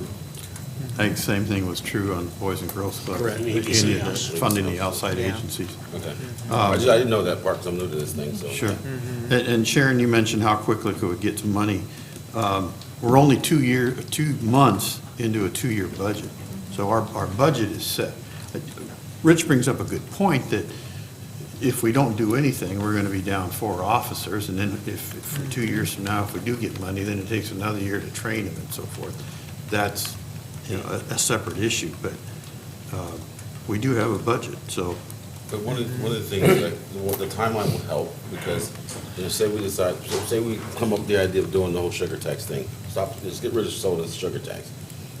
But we'll have a timeline, so that next budget, we can calculate that revenue into it, so Gina will he'll have some money coming in, so she can calculate what we have available for public health and police and fire for that next budget. So if we think, let's do something now to fix the current issues, and if we have an opportunity to pass something like that, then we can calculate, or she can figure out, I'm not doing it, she can figure out what's going forward for the next biennial budget. I mean, you're a finance director, right? So I think if that were to pass, I mean, I will be the trumpet bearer. I'll go out there and run around the streets What- hair on fire. May I, and Gina, correct me if I'm wrong, but the $11 million you talked about, one of the assumptions that went into that was current staffing levels. Right. It So would if be- you add staff to our current staffing levels, that 11 million will increase. That's true. And I don't know if it was clear, but this was for the general fund only. The rest of the city was not included in this. Although the police, the 4 police positions, they haven't all gone, so there'd still be the price for them. Right. In the current system for today's expenditure. But also for those being frozen, I mean, it's, by not filling those positions lowers all level of service. So, with that, yeah, Jorge. I just want to provide a correction on the YMCA. YMCA and Boys and Girls Club are currently in the budget for just this first year. However, the after-school programs, as you can see here, are funded for both years. So we have here money coming out of parks going to these external agencies. So Boys and Girls Club is only FY20, which is the current year, and it's $27,600. The YMCA, it's a little bit in the bottom here. It's $11,400 only this current year. And then the after-school program is the one that the Budget Committee decided to continue to fund the council, okay? So for getting staff some direction then, do you want them to come back with more of a timeline of each of the items and, and maybe also listing pros and cons? Also, when it comes to, I fully understand for the sugar tax. I do think that is something that would take some time, would have to also, how is it going to be implemented? I have received some, kind of from statewide lobbyists that would be very much against it, so it would end up taking a campaign. Any type of campaign, then the city cannot be involved, but it's going to have to take somebody to lead that campaign, or you're basically not going to be, you're wasting your time. So, and campaigns are not easy to do. So that's the same thing with our levy. If we're going to increase that levy, takes a campaign, and I have done that levy campaign since 2001, and I don't know if I'm really up to wanting to go out and have it do an increase and a whole big campaign on that. So that needs to be taken into consideration. Anything that goes to the voters is going to take a separate campaign. City staff is not able to advocate on anything once things are filed. They cannot say one word over that, over that measure that would be put to the voters. So I think it would be very helpful to bring back on some of those items, the timing, what's the timing if they were going to the voters of when, and to see, because you don't want to put everything on a ballot at one time. So you're just going to end up kind of wiping out each question to the voters. So it's best to see what that timing would be. I'd like to know how much money, how much revenue is generated for each dollar on the utility bill. Yeah. Yeah. And I think that's going to be probably not an easy answer on that, because it would have to depend on how the rate structure would be, but maybe if there's some examples from some other communities we could look at on what rate structure that they have. Well, let me rephrase it. It's a simple math question, I think. If we know how many utility bills we send out, times $1, right? And we're using 19,000 for rough. Yeah, I'd just caution you, it's a good benchmark to give you a feel for order of magnitude, what you might be talking about, but when you develop, as you know from having gone through the process, there is a process to it that backs up whatever answer you come up with, and that you have to be very careful to make sure it's representative of a fee for service and not just of it in lieu of a tax. And so I just caution you in jumping straight to the answer without going through a process. But as a benchmark, it's perfectly appropriate. You have around, the most accounts that we have for utility are for stormwater, because you have, it captures more properties within the city. and there's about 19,000 of those accounts. So if you had $1 for each of those, you'd be at $228,000 per year. Okay, Right. thank you. You're welcome. But it can be structured by meter size too, because the larger the meter of a utility customer is more units. Or it could be a Per- percentage of the total. Yeah. Just, we'll go through that process, and we'll talk Mhm. about options, and obviously, we want to come up with a fair and equitable and Yeah. defensible Mhm. methodology, and there are lots of options, and we'll go through that. Yeah, okay, that'd be great. Great to get that information back. Anything else you'd like to provide staff with direction? No, I have a question though. I Find asked, $20 million. yeah. Can we plant a couple money trees out back or something? I asked Peter about the city-owned properties and stuff, and he was kind enough to give us these maps, but I guess you have to have more detail, like which ones are free. I know some, we have City Hall on a city property, and that's in here too. So I just wondered what we have that's not Being used, being used by the city, if we can figure that out. unencumbered, Yeah. unrestricted. There's a wide range that fall into that category. And I presume that your goal in asking that is with an idea of selling those properties. I mean, if we're Right. not using them and they're Right. there, Or put them to a different use. Right.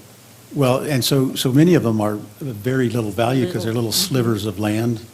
And as a matter of fact, we just helped Lynn County out by taking some of the ones that they owned and took them on ourselves because they're within the city limits. But they're not, the first order was to give them to the neighboring property owner if that was appropriate. But there's some that just don't fit that criteria. So it would almost be, you'd almost spend more money in managing the sale of them than you would actually Well, they may not be Realize. worth a whole lot, but That's you put them back on the tax roll.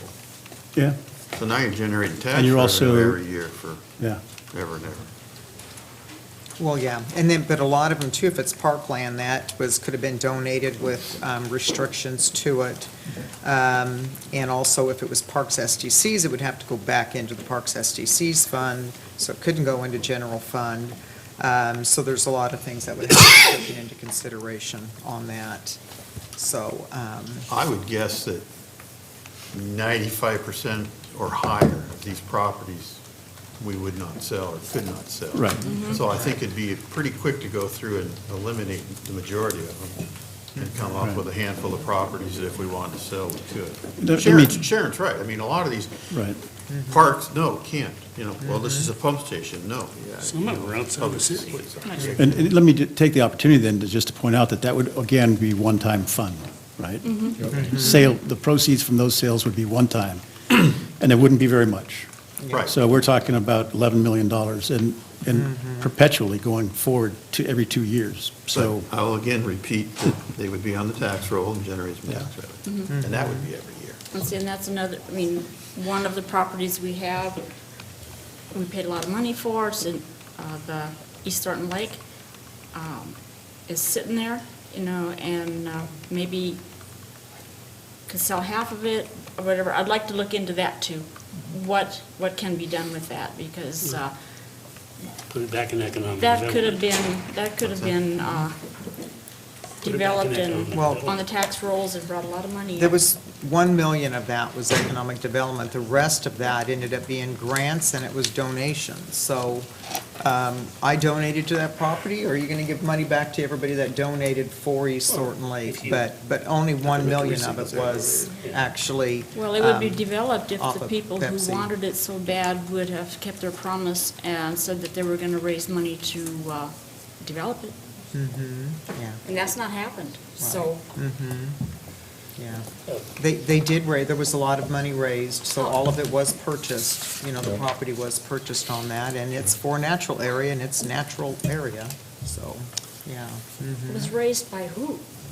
There was local fundraising, and then there was also contributions from the, I think it was the land trust. we Well, got yeah, funds from the land and- trust, but I'm yeah. talking about people who wanted the park so badly, said that they were going to, just like what the carousel did. They worked hard to fund it, to build it, had a little help from us, yes, but that didn't happen with this part. Well, that was supposed to be a wild spot. It wasn't supposed to be developed as a full-fledged park, the way I That's understand what it. it was supposed to be, and it No, was it was supposed to be supposed to be developed, and kept- the Indians were gonna do all this stuff, and, yeah, It's a it was, natural it was area. gonna be, yeah. It's supposed to be a natural area. That's $2.25 million Mm-hmm. that's gone. So, Okay, anything else, Bessie, on Oh, that? God, no, On- that's enough. Okay. Anything else you want to provide for staff for direction? Okay, all right. Staff have any questions then? You got enough direction? Okay. Could we take a 5-minute break, please? Yeah, we'll go well, ahead we're and. not done with this, are we? No, we will be going back up. I think since the folks from the church are here, we'll go back up to Oh, 7B, but let's Yeah. just go ahead and take a 5-minute break, recess. Okay, thank you.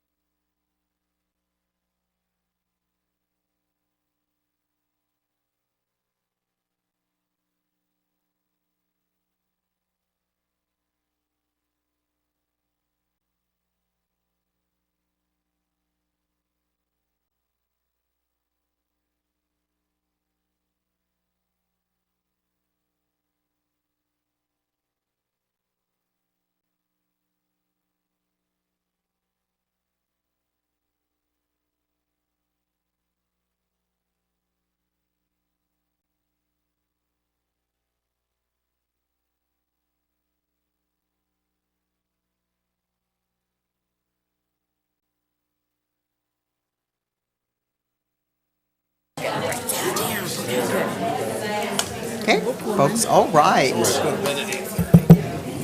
That's way past your bedtime. Was still have to there write a report any tonight. staff that was waiting around for the first agenda items? No, I sent Ron home before the meeting because Oh, you did? yeah, I figured it was going to be a long time, and he didn't have anything that wasn't in the memo to present, so Okay, all cut him right. loose. Okay, then let's go ahead and go to 7B. So this is the use and placement of the portable restroom toilets, and this starts on page 31.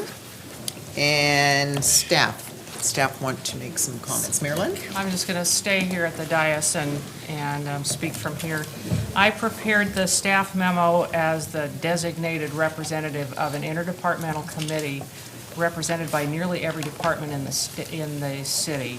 We met, I think we had 4 large meetings over the course of the last 6 months to talk about everything we could think of that pertained to this topic. Marilyn, I think people are having a hard time hearing. Is your mic on? Is the mics turned down? Hello? Oh, can you? That's the first time can you somebody hear has me? said that about me. Maybe my mic is turned off because I normally don't say much, which is what I like.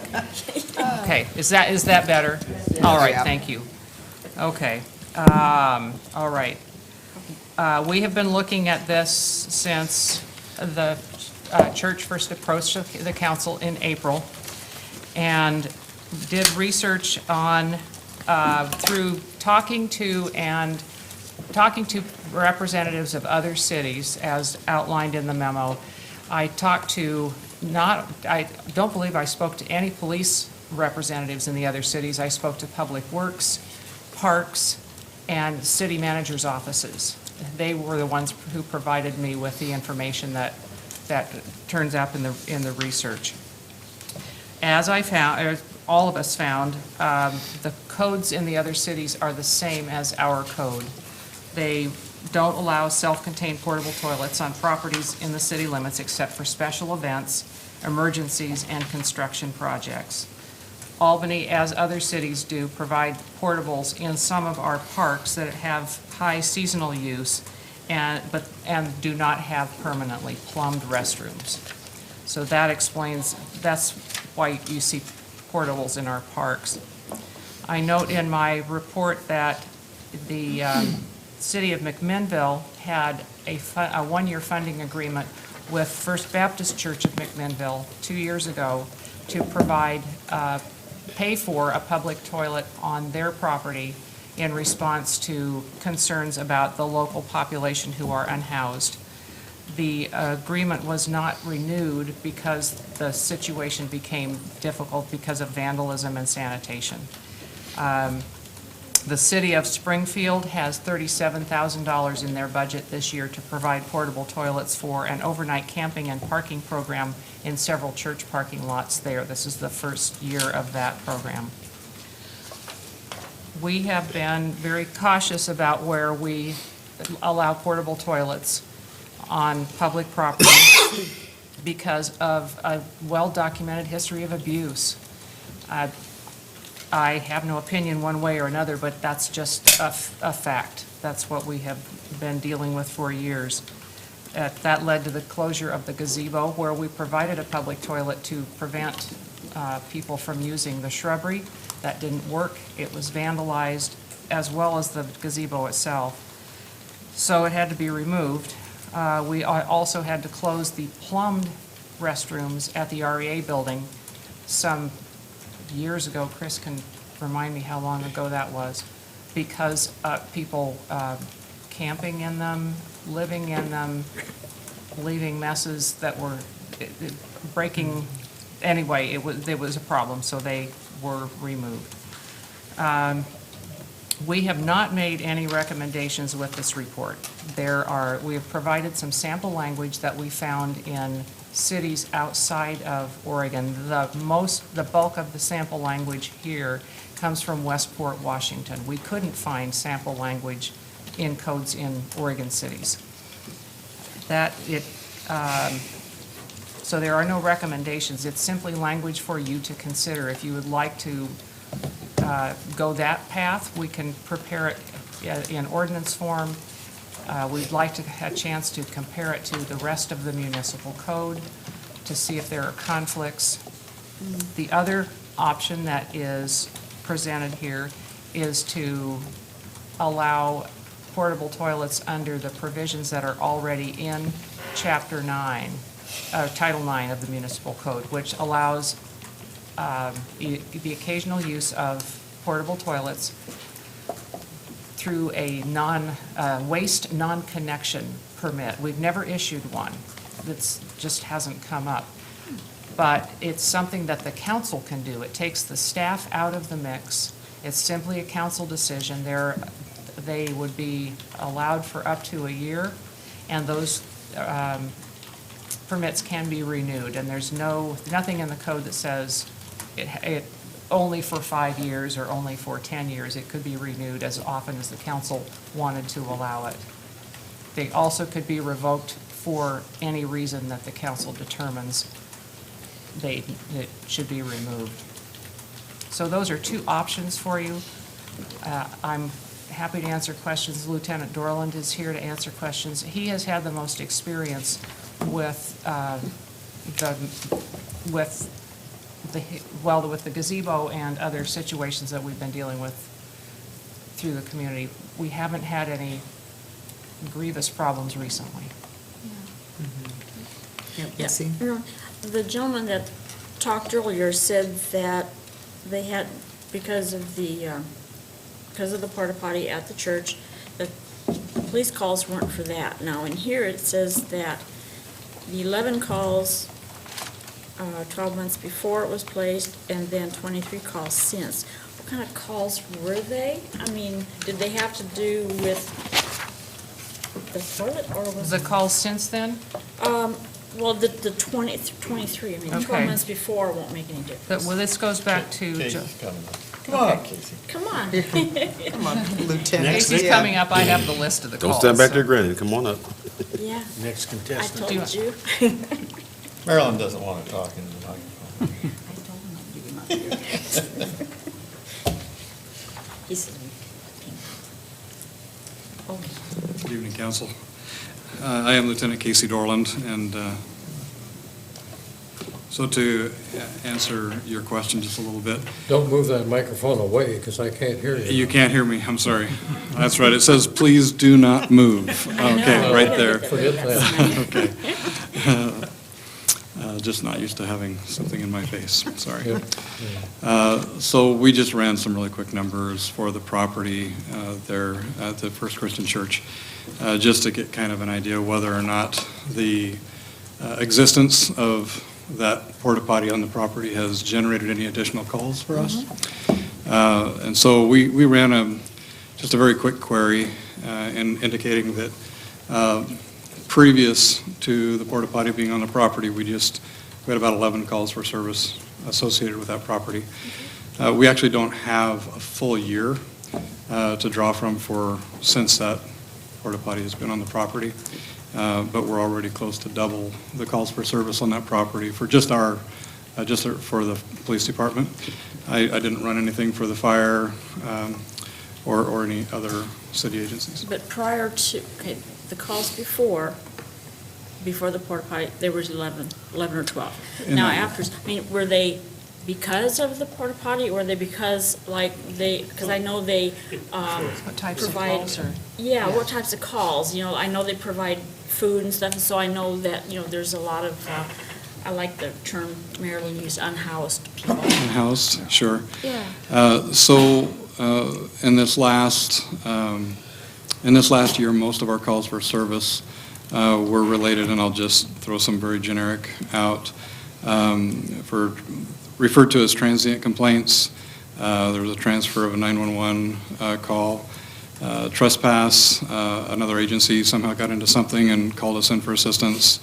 I don't have the specifics of each call. We just categorize them based on the original information that we get that kind of draws us in. But out of these last calls for service for this year, out of the 23, just based on just based on the titles, where I'll call it citizen contact. It looks like I've got 3 of those, which implies to me that an officer saw something and initiated the contact. Otherwise, they were calls for service, generally.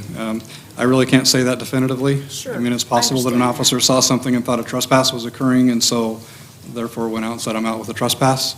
So I can't really say that definitively, Okay. but just based on this. Yeah, okay. All right, thank you. Well, and I do know when when the issue came to us last, which it must have been in the late spring or something, or whenever. April. It was in April, yeah. And then I did see on a couple Saturdays, there was a couple folks that were homeless that were sleeping in their doorway. And then one night after a council meeting here, I drove around and I found 10 people sleeping around the church parking lot. So that was, I only checked that one time at night, but. But that could have happened without the porta potty. Either way, yeah. You know? I mean, Right, but sometimes when you have it convenient, then that will attract more to be able to stay overnight. So that's, if you look at that pattern, that's what usually happens. When there is some conveniences, then it's going to, Sure. it's going to enable some folks to hang around. Saves the bushes. So, But another question is, in this ordinance or the suggestion you gave, it said that you can't have them if they're, have a fence, a security, privacy fence type thing around it. Is that correct? And Yeah. and I guess I wonder if the church is willing to do that, if that's possible. I don't know. Looks like there's some options. I know this is really. does the council want staff to bring back these in ordinance form? What would you like to provide for direction? So I'm going to say my piece. I believe after the floods we saw in these major cities, when churches locked their doors and didn't allow people to come in, I think what they're doing is commendable. And it really disturbs me that we're having such a discussion about something that's a human necessity. Bodily function? Bodily functions happen. I'd rather them have a porta potty and a place to go than on a sidewalk, on a doorstep, or on its entrance to a building. I just think we're beating this too far.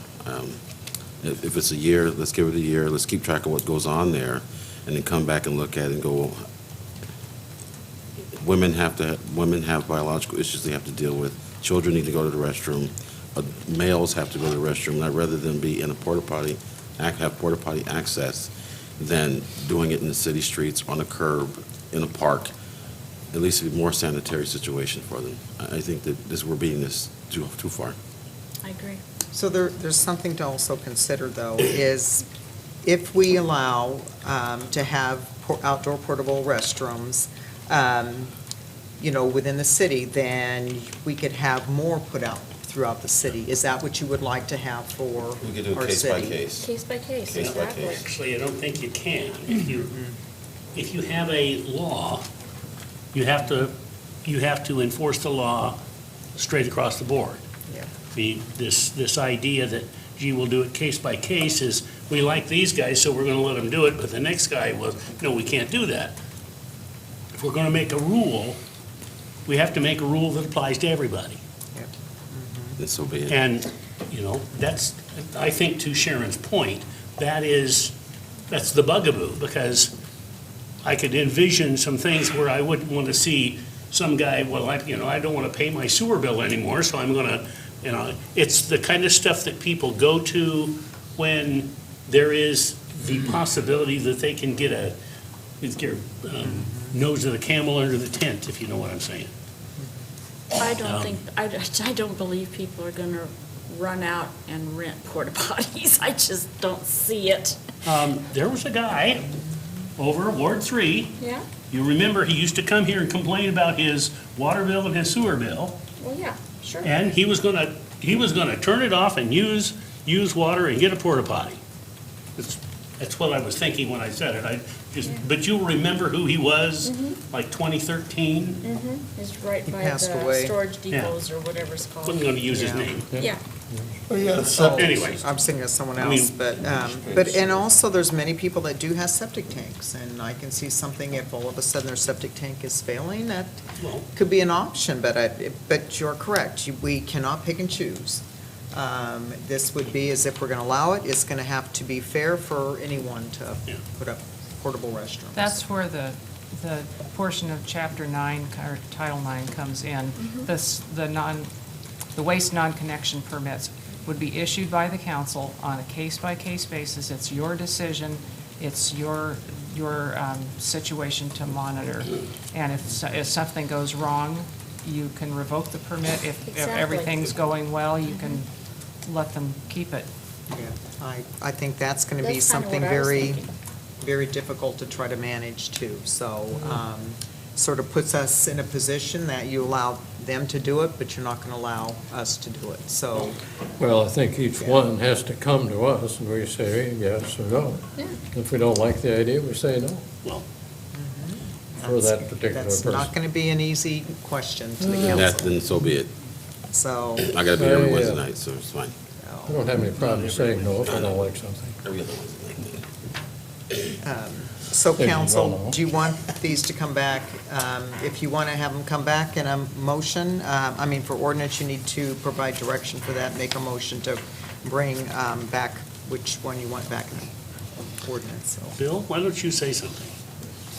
I'm with Alex and Bessie and Dick, so there's 4 votes to do nothing. To do what? To do nothing. Well, we gotta do something. Well, You got to do Well, something. what did you propose? Well, no, no, we just gave saying you that. Section two 9. options here.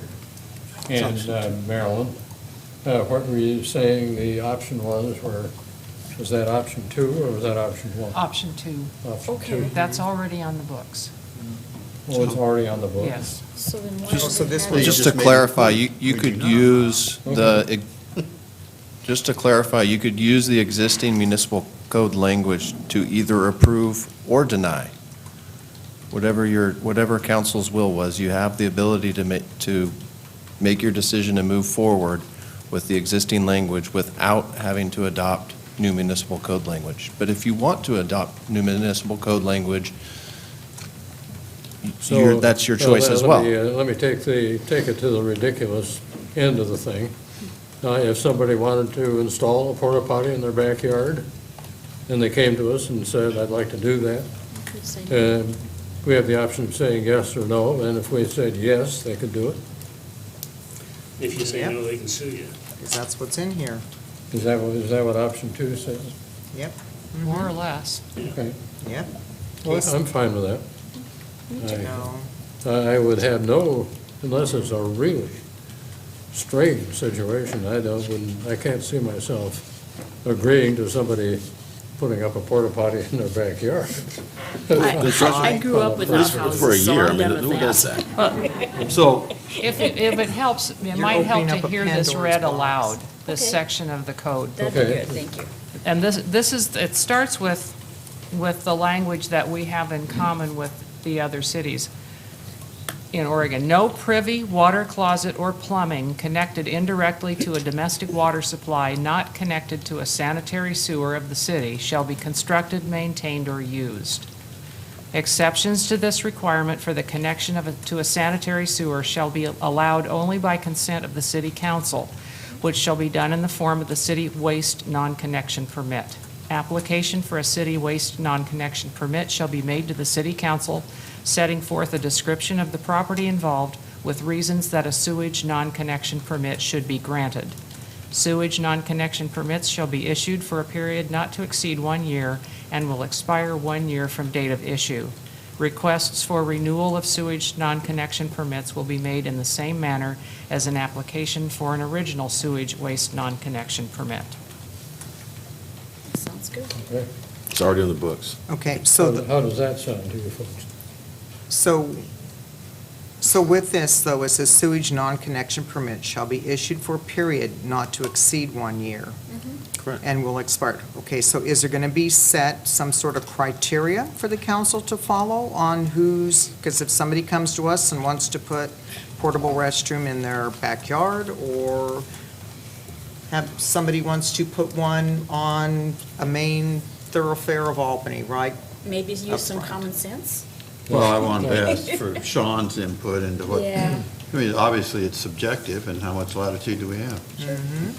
Well, it is subjective, and I think you can hear me on this, but it is subjective, but so we'll take the case we have before us now. We have a church in the downtown, and the reason behind it, if you have a similar use request, and it was denied, then the council could be, there could be the potential of a selective enforcement lawsuit, saying, well, you allowed this church to do it, you're not allowing our church to do it, or our organization, our nonprofit.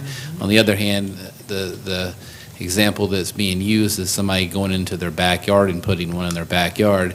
That's a different situation. I think the risk is a lot less of somebody being able to challenge the city and say, well, you allowed the church to do this, but you're not allowing me to do this in my backyard. Again, it would be somebody that was similarly situated. I think that would be able to make that selective enforcement issue, bring that issue up. But I think those two are completely different. So could we amend this to say something along those lines, with reasons, that's just with reasons of sewage or non-connection permit should be granted, but if a person is demonstrating they have proper working plumbing and water supply. I wouldn't use that because the church has proper working water and sewer right now. Well, So I mean, residential water. They do. so if a house was to Yes. do it, I would be careful doing that. I might leave the code the way it is right now. Well, that's why you're the lawyer. Yeah, and the reason behind that is because you're going to have people who may have their utilities shut off for whatever reason, and then they want to get a porta potty to keep living in the house when it's actually, we've got codes now that don't allow, if you don't have water in the house, you're not supposed to be living in the house, and that would give them a reason, so. Thank you for that. Okay. So what about a commercial? We'll say if a commercial use then is granted, saying they're on one of our main highways through town, and then maybe if the council says, well, that looks kind of fine, it's out of the way, but then another commercial use comes along and it's more visible, then it's the same classification, so then how would you be able to deny them? You could run into that. I mean, if it's a similar business, if you had a fast food business that wanted to use porta potties and then he said, well, that one's off the beaten path, so we'll say yes, and then another one came in and said, well, no, that's on the main thoroughfare, so we're going to say no, that would definitely be something that could be challenged. But I think it's somebody said a common sense approach. If we use a common sense, hopefully that wouldn't be the case, and we wouldn't be approving fast food restaurants or businesses porta potty permits. I wouldn't think, but. Well, you could simply add language so that the porta potty will be disguised or will be fenced off or something, so it's not obvious to everybody. That could be added into Chapter 9 or Title 9. I've been by the church many times, going here and there and stuff, and I don't even notice it. I just don't think it's that big of a deal. Well, I don't notice the 9 of them that are sitting there next to Albany Avenue. Well, But until I looked at it the other day. I know a business that has one, but I'm not going to say who. But, it's just. Don't you tell on me. Oh, no, it wasn't. Okay, Too late now. promise. I have one other thing that I'd like to add. If the council grants these permits. We Sorry. can't hear you. Well, if the council chooses to grant these non-connection permits, the facility that's provided should be ADA compliant. If the city is giving the permission to do that, That's a good point. it needs to be ADA compliant.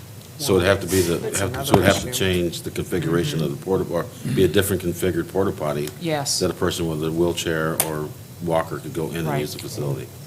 If it's So that's something available that to they the may want to public. consider, because that's going to be probably more cost. Do we do that So for are there them? such a thing as Oh, yes. porta potties? Yes, we If have we them have- at I agree with our that. major events, that we have Yeah. a few of them in the mix of the rest of them. I don't think Well, we the would Carnegie require that for Library is construction. ADA compliant.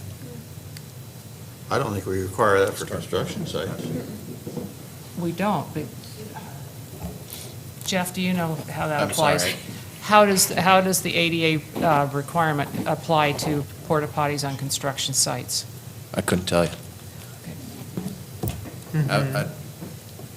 Other than potentially using them from time to time, I have no experience with porta potties. Well, and plus they are a public facility too. I mean, Right. they're a public, building, and I would think it'd have to be ADA accessible. But the church is private property.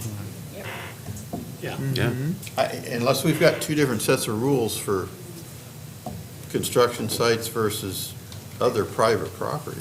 You might remember from the meeting in April, and in the memo, I reminded you that the, one of the reasons that the church asked for the porta potty was to provide public restrooms in the downtown area because of a perceived lack thereof. And so if these are provided for public use, they need to be accessible to everyone.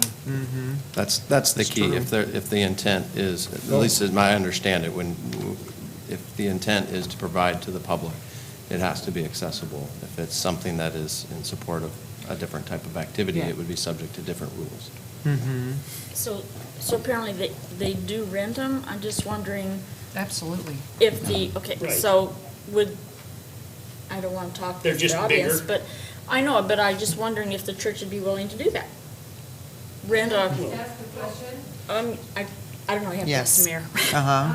I'm wondering, going to softball games and soccer games at the high schools. Yep, and they don't. They're not ADA, and they're up all year long. Even when right. there's no events happening. And they're not ADA. That I don't know, if they are or That's a good not. point. They're not. I don't think we want to Yeah. get into the weeds until it's brought up. The Yeah, ones- the well, ones- So I'm an umpire, and every time there's a softball game in West Albany, those aren't ADA compliant. The ones at the park out there in Timberland, those aren't ADA compliant. They have female-male bathrooms now, porta potties now, but I've never seen one that's ADA compliant. As far as with a wheelchair, you can roll into it. I don't remember crossing one out there. And I just umpire games there in July. I think we need to have staff do a little bit more research on this to make sure that we would be compliant. I would not want us to be challenged on something because in other words, we're issuing a permit. No, we're issuing So- a permit. It's gonna be We later. haven't had a chance, I mean, it hasn't been brought up before, and we haven't had a chance to look at it or consult with our staff on it, but That it could be a problem if that is a requirement, because like Alex is saying, all of our, the majority of our parks and with all the ones that are on GAP's property, they're not ADA compliant, so That would was be included in the language in the draft. in the draft issue. Sample, yes. Yeah, so, and I know if it was, I think if the city was gonna use city property to make these available for the public, then we would have that duty. But if it's city property and we're opening up public restrooms, I don't know if that would apply to private property. Again, like I said, I'd have to look at it and see, because If we start asking for this on a private property, and then they walk over to Timberland Park, and we don't have them there, what kind of a ball of tar Right. No, are we grasping I agree. for ourselves? Right.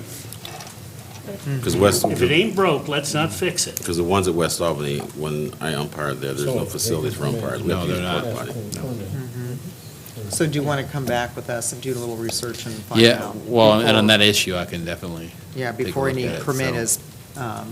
is issued, so, yeah, cover our bases.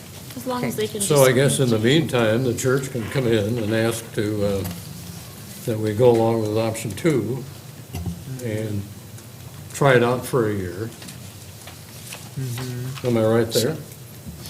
Correct there? Right, well, we haven't issued a permit yet, Well, they I mean, have there's to still, apply for a permit. they still have the portable restroom there, it's still been out of Yeah. compliance, but it would Yeah. just. So they just need to we have to- apply for a permit for the one they got. Right, So we is just it got to the- do some research on Is it the council's intent then to go with option 2 Yeah. and That ask would be for? my intention. Cleaned up. But do we need a motion to that effect, or?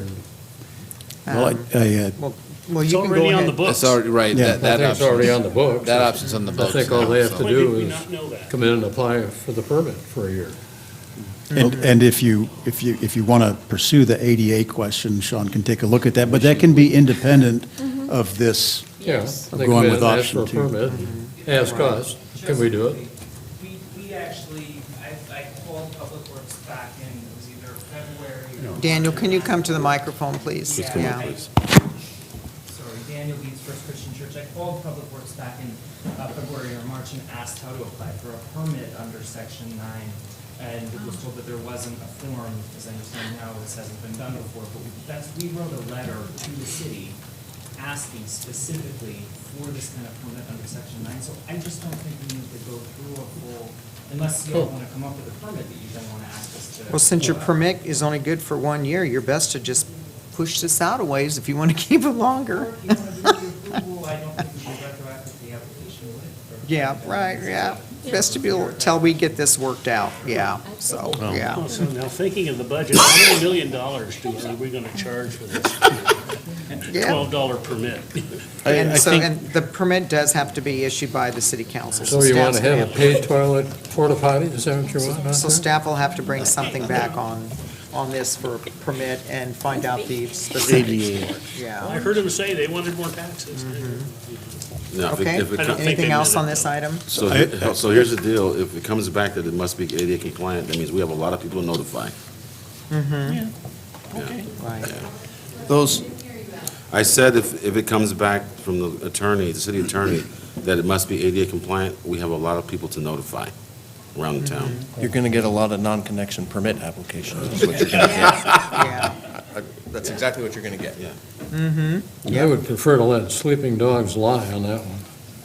And Jeff, you're saying we get a lot of not just the ball fields and everything around, from other uses. You Just think some this of is the gonna- examples that were brought up are, they just exist. They haven't went through a process as is being requested here. So if we start trying to enforce a requirement on ones that are existing, the way that's going to happen is through application with non-connection permits, because otherwise they're prohibited. Yeah. So do you see that we're going to end up getting other application permits for new portable restrooms? Do you, Only if you go and try to enforce requirements on people for their With ADA portable compliance, toilets, yeah. but if you don't, I mean, they've been there for a long time already, and I wouldn't anticipate that they're Madam- going to come in out of the blue. And Madam Yeah. Mayor, I'd say that we just don't even have the attorney look into it, and we just go on as is. If we want them to get a permit, then they come and get a permit. We have to have a form, and then if something comes up, then we deal with it. I would agree with that. the only thing is this was brought up publicly, Oh, and no. it only Leave it takes. lie. Don't do that. And I No. would restate my Yeah. prior statement. I would make a motion, we do nothing. Mhm. I would second that. And I say, Okay. then let's throw the Albany Municipal Code out the window. If we're not gonna follow the code, then just But that throw we it. are We are following the following code. the code. No, we're not. How so, Dick? Tell me how we're following the code. Says right here, the second option is already in our code. But has that been done? It says for a permit. So we They haven't have- done it. They tried to come for a permit. Staff said, we don't have the form for that kind of permit, so we can't do it. So now we're gonna Well, let it now we're lie. now we're gonna develop a form. Get Just into ignore compliance. it Shouldn't be then. that hard. Okay, we'll just quit following the code then. That's no big deal. So this code's been on the books already, correct? Yeah. That- Yeah. So all we're asking them to do is apply for the permit. So how is that not following the code? So we need to take formal action they need to apply for, we need to come up with a permit form. Oh, I see, okay, good. So Have that's the them, issue, right? Do a formal permit form, and then it needs to come to the council to take final action, because it Right. says it needs to be a non-connection permit. Right. So, question. Yeah. All we need is a form. Mm-hmm. I'll create a Question, form does- tomorrow. Does anybody come to the city and apply for a permit to get a portable toilet? And I'm specifically thinking on construction sites. I didn't even know that this existed, and I've been doing this for almost 18 years, so. My husband never did. So, Sleep at the wheel over there. so, Jeff, how are the permits issued for portable toilets on construction sites. I'm not aware of, I've never dealt with any permit on a construction site for a porta potty. That, I believe that there's a requirement for them to be there for the workers Correct, to that's use right. them. Yes, But the that's city what it hasn't been issuing permits for them. And I don't think that's unique to Albany, because I gotta tell you, in my prior life, I constructed traffic signals all over the state of Oregon. We always rented a portable toilet for the length of the project, which is usually 2 or 3 months. I never even thought about talking to the cities about a permit. I never had any complaints. I was never challenged or fined or told I needed a permit. I mean, I could rattle off 15 cities I've worked in, so I don't think it's unique to Albany. It's just, you call up and you order a toilet and have them delivered it, and they clean it once a week. And I'm not suggesting that the fact that we don't do it is a bad thing. That's not something I'm promoting to take on, is permitting every portable toilet on a construction project. Have we beaten this Fewer to permits death there. yet? I think you're gonna open up a whole big can of worms that we wish we hadn't opened. Quick, give me a stick. So there was a motion to do nothing, but don't you still want to have a permit form done for people to fill out a permit? I think we can do that Well, if administratively. it's in our code, then that's what the proposal staff is. can You do We have can, to have we a can, we can permit. do that But we on have our no own. permit. authority. I could start all over and repeat what I just said. What's the fee for the permit? We haven't done it, nobody does it, I don't know why. $2 we million do it. bucks, right? No, Florida Municipal Code to charge a fee. $11 million.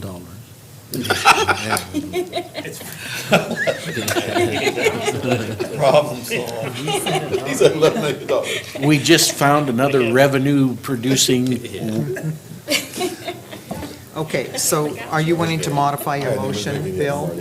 I'm gonna withdraw my motion. You're going to withdraw your motion, is that okay with the second? Yes, second. So now what are you wanting to do? Nothing. Just let staff do whatever they need to do if they want to do it. If not, Well, I think by virtue of the fact that you choose not to pursue option one, that means option two is what's on the books, and that's what we'll do. So I'd like to move that the staff prepare the necessary permit blanks in order to use option two. And again, you don't need to move that or vote on it. We can do that We don't need to. administratively. Because it's already in the books, right? It's already on the book, yeah. great. Well, it's not there, Oh but it's my in the book. what's the fee gonna be? But could you, but I would like to know It's about not the in the ADA book. compliance thing. Don't need it. If we can get that information. Right, and should there be a fee then? Because No. it is something that's going to be a process for the council. to Somebody follow. said 11 million down there. Oh, my God. We're on TV too, folks. Tongue in cheek. Do you have, are you wanting to have a fee connected to this permit that staff's going to draft up? I don't think so. No, I don't think so. Well, I think, we've been talking about cost recovery for a while now, and I think that would only be consistent with all other fees, and I'd ask Jeff to comment if he wants. Well, it's not my permit, I mean, so. You know, But I think in order to charge a fee, you have to have the authority adopted in the municipal code to charge a fee, and then you would adopt one through resolution, just like all of your other Yeah. ones. So you would have to pass an ordinance, I So think, in do order we- to attach a fee. Are you aware of any, do we have a non-connection permit fee anywhere? Or is this the only thing it would apply to? The This only is thing? newly discovered for me, Okay. so So- no, I'm not It's a aware of new any day. fee. No. Let's think this through for a minute. If we decide to generate a permit and an application, somehow you're gonna have to educate all these contractors that now you have to have a permit to get a toilet delivered. No. no, I think And that's already in. That's You in it. also, I understand, It's accepted. but also you have to enforce it then. So then for every porta potty you see, who's gonna track down and find out if they had a permit or not, and if they pay the appropriate fee? So Because there's a lot of different uses, construction and personal, and people have weddings, receptions, and, you know. Couple responses for you there. The first is, I want to make sure you're making eye contact with someone else other than me, 'cause this It's is, right behind you. okay, good. It's not my permit. But the way that the municipal code is written, construction projects are essentially already covered. Yes. The construction projects wouldn't have to apply for a non-connection permit. So really, the only people that would be coming in for a permit are ones that aren't tied to construction and aren't whatever it is, the intermittent and periodic use for less than 90 days. Everybody else is prohibited from use unless they get this non-connection permit. That's how the code's written. currently. I think there's another, aside from this exception, I think there's another carve-out for use for longer than 90 days. So I think even construction sites are required to make an application for use. I've never seen that enforced. I just make this note because I think if y'all are going to treat the church in this context different than construction sites, you might be doing that at your own peril. I mean, you got to make sure if you do that, that you're not, if you're drawing a distinction as to why you're charging the church to do this, but you're not charging the construction sites, given that we're offering the same. Since I know a little bit about construction, for a contractor to have a porta potty on property, they have to have a valid permit. And the porta potty has to be removed when the permit is closed out.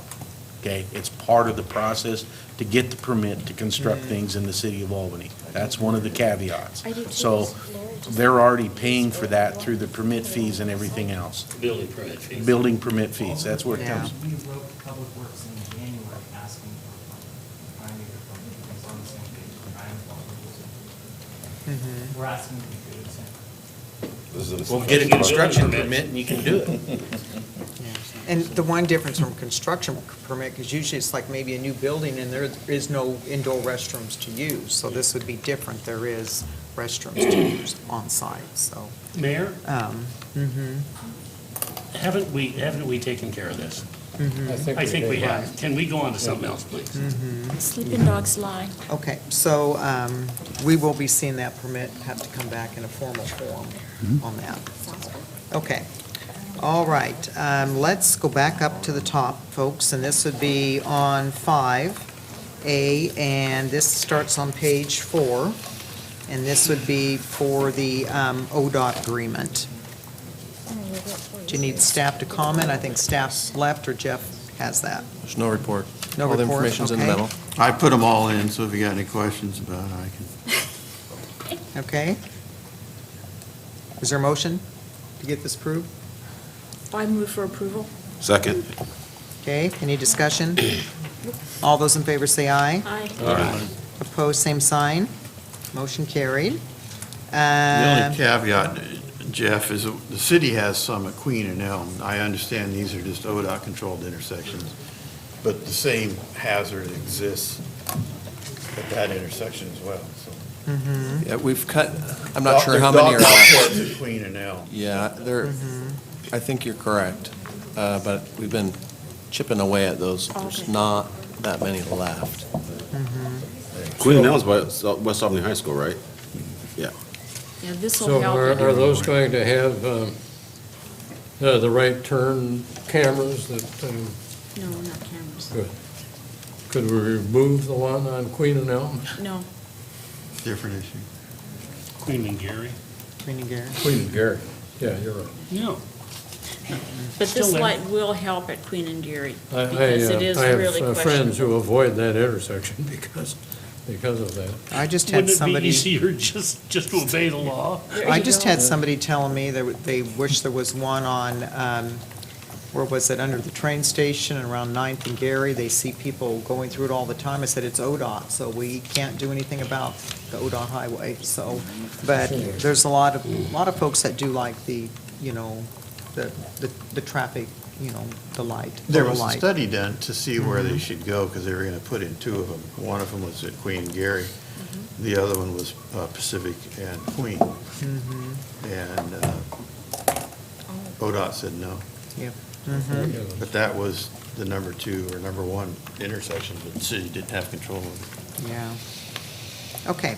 Item number 6, adoption of the consent calendar. If there isn't any items to be removed this weekend, I'll entertain a motion. I'd like to remove A. Move A, remove A? Yeah, I'd like to talk to the council about that. Okay, and anything else or a motion? Nope, I'm good. I'd move for the adoption of the consent calendar minus A. Second. Okay, all those in favor say aye. Aye. Opposed, same sign. Okay, A, and that's on page 18. Okay. Alex, What? did you pull this item off? Yes. I would like to talk to the council about that before. I have some Okay. concerns. Okay, what do you want to talk about? I would like to talk to the counselor about that. Do I need to do it here? We're up to a vote. Yep, we're up to a vote. So one of the things that I have a concern about is that on 2 occasions with interacting with this gentleman, I felt that he was belittling of a candidate for city school board. He had her signs removed, reported her to the police. They took the signs down, and he was wrong. Oh, is that the one? Okay. And he was wrong, and then he felt he did not apologize to her in public like he humiliated her. And then he was talking about during the campaign that he supported the ideals of the rebel flag that was, the rebel imagery at South Albany High School, and he stood up and felt like I was wrong for expressing my concerns about the imagery. And I've never had a good feeling about his position on things going on. And at the recent school board meeting, she called me, and she was literally in tears complaining about how he had attacked her and belittled her in public. And so I wanted to talk to counsel about that in private, but since we're here, we're here. I just have a concern about this candidate. Well, he had the same problem with one of the members of, or ex-members of our commission that this body had. That the person didn't get his way and then started telling people that there was racism involved when there wasn't any racism. He didn't get appointed because there was a change in counselor, and the then counselor just looked at all the places and picked the one they wanted. Didn't happen to be him. And then he was running around telling people that there must be some racism going on. There wasn't any racism going on. Well, I wasn't there. I saw this firsthand. Yeah. I'm just saying. Did you see and I don't know about the woman. This is a Hispanic gentleman. He is on the board of the Carousel. He's on the school board. Has a history. And he's who I think we ought to have on the planning commission. Alex, do you know? I think we're kind of left clueless here of what really took place, so I Yeah, don't I would say, know. Alex, do you know Yeah. if there was any penalty, Alex, was there any type of a penalty for him? Because I do remember the issue with him removing the signs and So everything. the police officer apologized. He did not. Okay. Yeah, and another thing too, and we've all brought this up, everything's here. It's not the regular application form, so I just wondered if I we're think it is. missing anything? It is. It's the same one. Not on my, Hasn't been changed. I think it's a condensed form. yeah, because I Yeah. don't have all the. It's different. Yeah, it is, and I just One wondered. offline. We're changing all of our. It's the online one. forms isn't to it? the Yeah. form. It's the online one. We're changing our. Save on Yeah, paper. The one that was Okay. online. It's more He pulled it out of condensed. the Yeah, one. Marilyn just said we're changing the application form, so that's fine. I just wanted to make sure Yeah. that, we got it all, but I guess So- we give them a try. I mean, I don't know, the item was pulled off. Do you want to just discuss it or meet after a council meeting and bring the item back, or what would you rather? I would like to sit down with Rich and talk to him about it. Are you So are willing you to saying do? you'd like I'm to? not up for that, frankly. I mean, I'll be happy to talk about it all day long, but to put this off because you have issues, and he said he had issues with you. The two of you. Because I called him on his Yeah, statements. and he said you were wrong. No, and he is So, wrong. well, I mean, there are two people, and two people were having a different perspective. This is Um, now. No, I'm not willing to You- vote on you this can go ahead and tonight, only vote. 'cause You I can don't go wanna ahead and get- vote. I'm I sorry, don't want to vote get in against the it. middle of it. I mean, if No, you you're guys good. can work it out. So go ahead and vote, and I'll vote against it and be done with it. Did you want to And just I hold move it that- over, that it- Bill, or what? Or- Well, I'll abstain, I'll tell you that. Yeah. I'm not going to pick sides with just this little information I have tonight.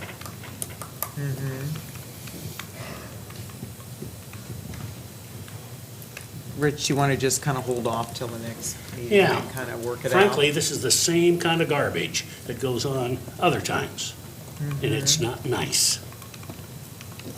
I mean, that's just, See, and I don't I mean, we're understand just what that lost on. Well, I was at that meeting, and I agree with Alex. yeah, the guy that was complaining, complained of racism on the people that were there because he didn't fill out the form. He didn't fill out the, No, that's something else. this was, Well, that must be something else. this was,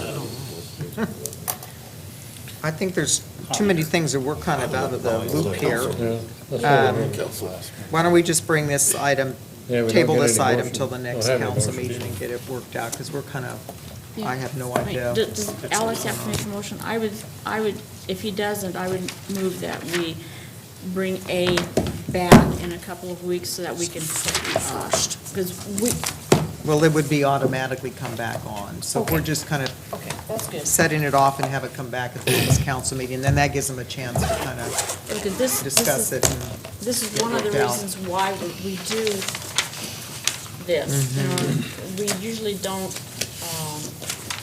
question anything, but if there's a question, then we need to deal with it. Yeah. Not Okay. saying anybody's right or wrong. Yeah. Okay. Okay, this one's held over. That's Sounds done with the consent calendar. Next is 7A, and this is appointing for the League of Oregon Cities voting delegate. This is the conference and band. Looks like I'm the only one so far going. Was anybody else Sean going is to that also, conference? and And, yeah, Peter and Sean, so, on I'm not going that. this year. I can't. Okay. So we need a motion to appoint you, or you Yeah. automatically? Yeah, it has to be formally done, and then there needs Okay, to I'll be. move we appoint the mayor to represent us at the League of Oregon Cities meeting. Second. Okay, and usually there's an alternate, An alternate. Can Peter be but the that's alternate? not down on here, but Can Peter will be the here. alternate? But yeah, Or Sean? Yeah, be the I don't know if alternate. Sean's going to stay there for the whole thing. I won't be there Saturday because I have to go, I'll be in Tacoma Oh, at sure. at a softball tournament on Saturday. So, yeah, Okay, so the motion, kids softball tournament. Let's clarify appoint me that, as the yeah. delegate, and then Peter as the alternate, just in case, you So know, it's could make appropriate to it. have city manager do that? We had Jorge. Yeah, I've done it before. There's usually, the only voting I've ever seen is usually changes to the bylaws or the League of Oregon Cities. There's really never much, or their board of directors, who's going to be on the Yeah, board of directors, so. I'm just wondering if it meets somebody's ordinance or whatever. Yeah, it's not Okay. pretty uneventful. In the small chance that the mayor's not feeling up to it on Saturday morning, I promise I won't embarrass you. Yeah. I think it was last year, something was contested because two Well, I'll people were. modify my I think it was motion to, board members. It was board members, yep. were Yep, contested, that was an yeah. interesting story. Yeah, I'll modify my motion to appoint the mayor and the city manager to represent us. okay, all right. And that- there was already a second, I think Alex did. Yeah, second. Okay, all those in favor say aye. Aye. Opposed, same sign. Okay, motion carried. Now, I believe we went through everything. Now we're on business from the council. Bessie? No, I think I've said enough, thank you. Okay, Bill? No. Dick? No. Okay, Rich? Peter, did you check out the language with can't be partisan at the? Yes, and that's, at the Library Commission last night, the board voted to change that and remove that. Oh, so, you mean, the Democrat Party being illegal all this time, voting, yeah, meeting at the library, where it specifically says the library cannot be used by anybody that is partisan, Or religious affiliation. or religious, or for whatever. So who can? no idea. What kind of meetings could use it? Well, you have to be nonpartisan.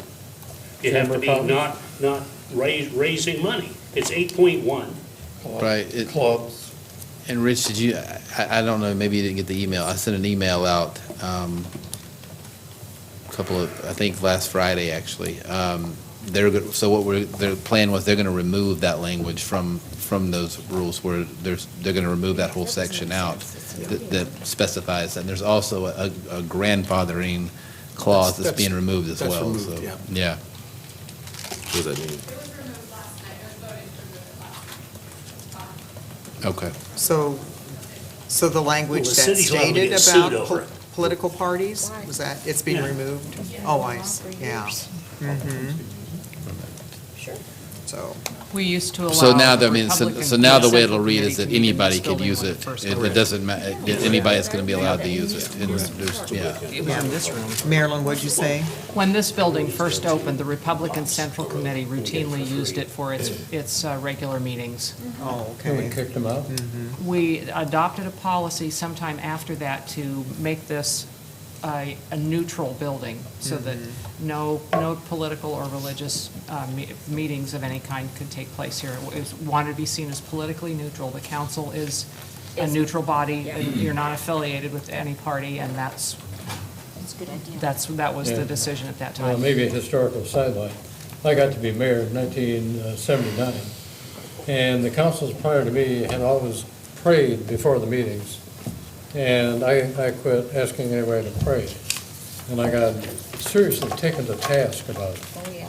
But we didn't have prayers anyway. Okay, all right, Rich, anything No, that's else? fine. Alex? Plenty. Alex, did you have anything? No, thank you. I'm Okay, good. Mike, and not me this evening? Since she's still here tonight, I just wanted to commend Kim and her staff for the Art and Air Festival, since she escaped early on Monday night. So it was a wonderful festival. It turned out good. You're supposed to applaud, folks. Yeah. Okay. Staff have anything else? So, all right, so our next meeting would be September 9th after the Labor Day weekend. Get a long weekend, and then regular session is September 11th. We are adjourned. Thank you.